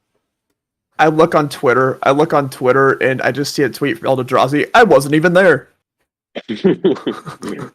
I wasn't there when the very clearly No. I'm sorry. Your tweet doesn't have any supporting details. It just says I wasn't even there. just delete myself from everybody's VOD. You're like, yeah, he was Actually, on. I dare you, Eldrazi, to just tweet out right now. I wasn't even there. No context. All right.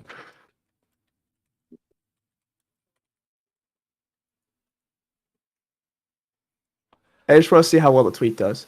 Oh, Tom Fuller just tweeted out and said, so a 16-year-old ended up on the maps panel tonight. No one noticed till the end. That is some fucking tomfoolery right there. I'm just like, you're inviting a minor. It's not even you guys that's the worst part. Like, it's not even the topic that's the worst part. It's in the panel are people who actively believe that it is morally okay for someone to have sex with minors. And you brought someone who specifically said they also believe that they should be able to have sex with adults as a minor. That's the real offense. I don't know why we didn't get Amos Yee on the panel, to be honest. It's like, excuse me. I'm the one you're discussing that would be harmed, and I don't feel very harmed. How embarrassing. Fucking hell. I hope they're okay. Kind of bad. Like that's pretty I bad. Merry hope they're not. Christmas, No. everybody. They also said in the beginning they've been in it for 5 years. That they've been in this community for 5 years. Since they were Which 11. made me think, which especially made me think they weren't a minor if you've been in the community for 5 years, right? And I'm like, then like at the end of it, I'm thinking like, wait, they said they were 16. They said they're an adult attracted minor. They've been in the community for 11. What the fuck? Wow, Sprout really just going through this video looking for things to fucking absolve him now. He's taking notes. He got his lawyer hat on. Well, actually, Your Honor, if you look at Exhibit B here, they would have had to be in that community since they were 11, and there was no way a reasonable person could suspect that meant that they were only 11. Hey, listen. The only thing that could be better is Destiny being here, being my lawyer, okay? That's the only thing that could be better. So right now I have to represent myself. Destiny, defend us. Well, oh my god! It's if this gets bad enough, depends on reporting. it might right? low key end up know on if that Destiny. is Only if it like blows up. I don't know. It might. I mean, I had a. What are the odds it stays up on the channel though? I mean, it's staying up on my channel. I don't give a fuck. No, Like I what's said, the odds this is it just stays a up on fucking his? Wednesday. D&D's still his? streaming, so you never know. I don't know. I don't know. I don't. It's hard to say. He's gonna have a tough time convincing people to go on his panels in the future. So sucks for him. Or them, Yeah, I guess. like I'll he's still not do it. I don't give getting. a shit. But what I'm saying is he's not gonna get Destiny coming on. No. If Destiny catches word of this, Destiny's not coming on ever. Oh no! He can go on Destiny. Dude, he could. the, This guy could. the whippings. They could never pull Destiny. I'm sorry. This person's barely relevant. But I. Oh I see no! what you're But what I'm saying is, if they get bigger and Destiny caught wind of this, Destiny's not gonna do shit. He's gonna be like, nope. I don't trust that you're not gonna just set me up with some shit like that. You don't have to be that Yeah, big to fair. talk to Destiny. I've talked to him 3 fucking times without paying a penny. Yeah, I've talked to him multiple times. Your size doesn't matter. He just has to be slow. Well, I guess, sorry, I mean, it has to be slow stream day. I guess I've debated him twice, but I don't know. I guess like getting him on like a panel. I mean, I don't know. Maybe I just. I've haven't gotten him on debated panels before as well. I used to do the American Octagon. I had Destiny on one of them. Oh, nice. Just saying, I wasn't trying to like flaunt like that I did a cool thing. No, was I saying believe that you. like I believe I'm it. tiny. That your size No, doesn't matter. I'm If also anything, shitting I'm on also myself. tiny. The highest amount of views I've had organically, not rated, was like 30 or 40 views organically. Oh, shit. No raids. Same. Oh wait, no. But- I lied. The Mr. Girl interrogation panel. Was If we're talking crazy because raids, that was different. if we're talking raids, I did like 300. But I got rated by Dylan Burns and Wicked Supreme right after each other. One right after each other. So Could you imagine if Mr. Girl was on the panel? I gave it's D&D asked me if I would ask him, and I said no. That seems like I don't want to do that. Like that's not. I'm not going to invite. I'm not going to be like a communication. Like I'm not going to deliver people's messages to Mr. Girl for them. That's not like my role here. However, I was streaming with him last Friday, and I said if you want to ask in my chat. I can read it like I would read anybody else's chat, and also he was reading my chat the whole time, so there was a chance for him to have like direct communication with Mr. Girl to attempt to get him on there, and they chose not to do that. So, if anybody's like, how cool would that have been? It's D&D's fault for not taking the opportunity.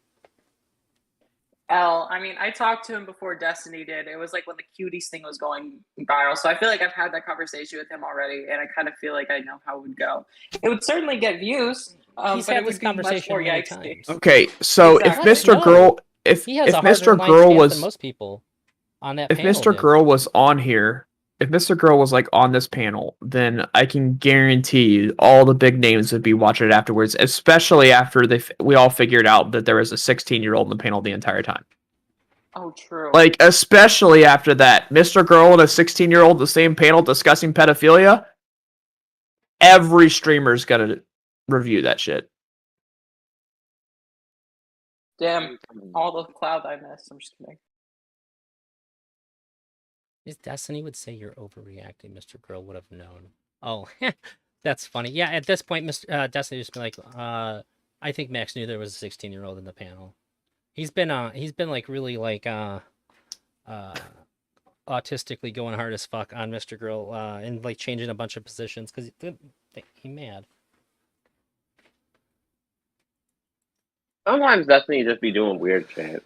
And I'll be like, what's up, Pam? Do you need to talk to someone? No, he doesn't have feelings. Feelings are gay, and he don't have them. No, he doesn't have the- them. He has feelings for Sneeko. That's the thing. Like, I'm 90% sure he just wants to deep throat Sneeko.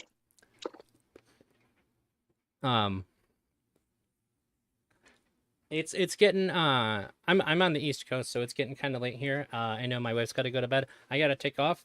But I enjoyed all of this. This was all fun, especially the after party was very, very fun and silly. Sprout, thanks for inviting me to the after thing. The game. Not a problem. You have a phenomenal name. I love you automatically because that is just such a good fucking name. And Rose, it's nice to actually speak with you on something. Thanks. It's been It's cool. soccer against the time. Yeah. Yeah, Super and fun. I'm gonna shoot you a message just a little bit here, and we can set up when we're supposed to stream. And Sprout, you and I need to have like a one-on-one sometime. I feel like we could fucking really get into it. Okay. About I what? want to moderate if y'all gonna do Anything. When have we been on a panel with each other and not fucking had like taken up like 5 to 10 minutes of just arguing with each other ever? Like we always end up bumping heads, but we still get along. Yeah. Yep. Yeah, I'll message we you. can do it. Okay. All right. Goodbye, everybody. Peace out. Bye. I'm gonna get out of here. Cause I want to like see my wife for like a minute or two before she goes to bed. Oh. Not supposed to do that. Fuck. I'm really bad with OBS. You did show up late. Yeah, I did. I actually mentioned James Cantor in my position, but I'm gonna take off. Definitely watch the VOD so you can see just how fucking crazy this shit was.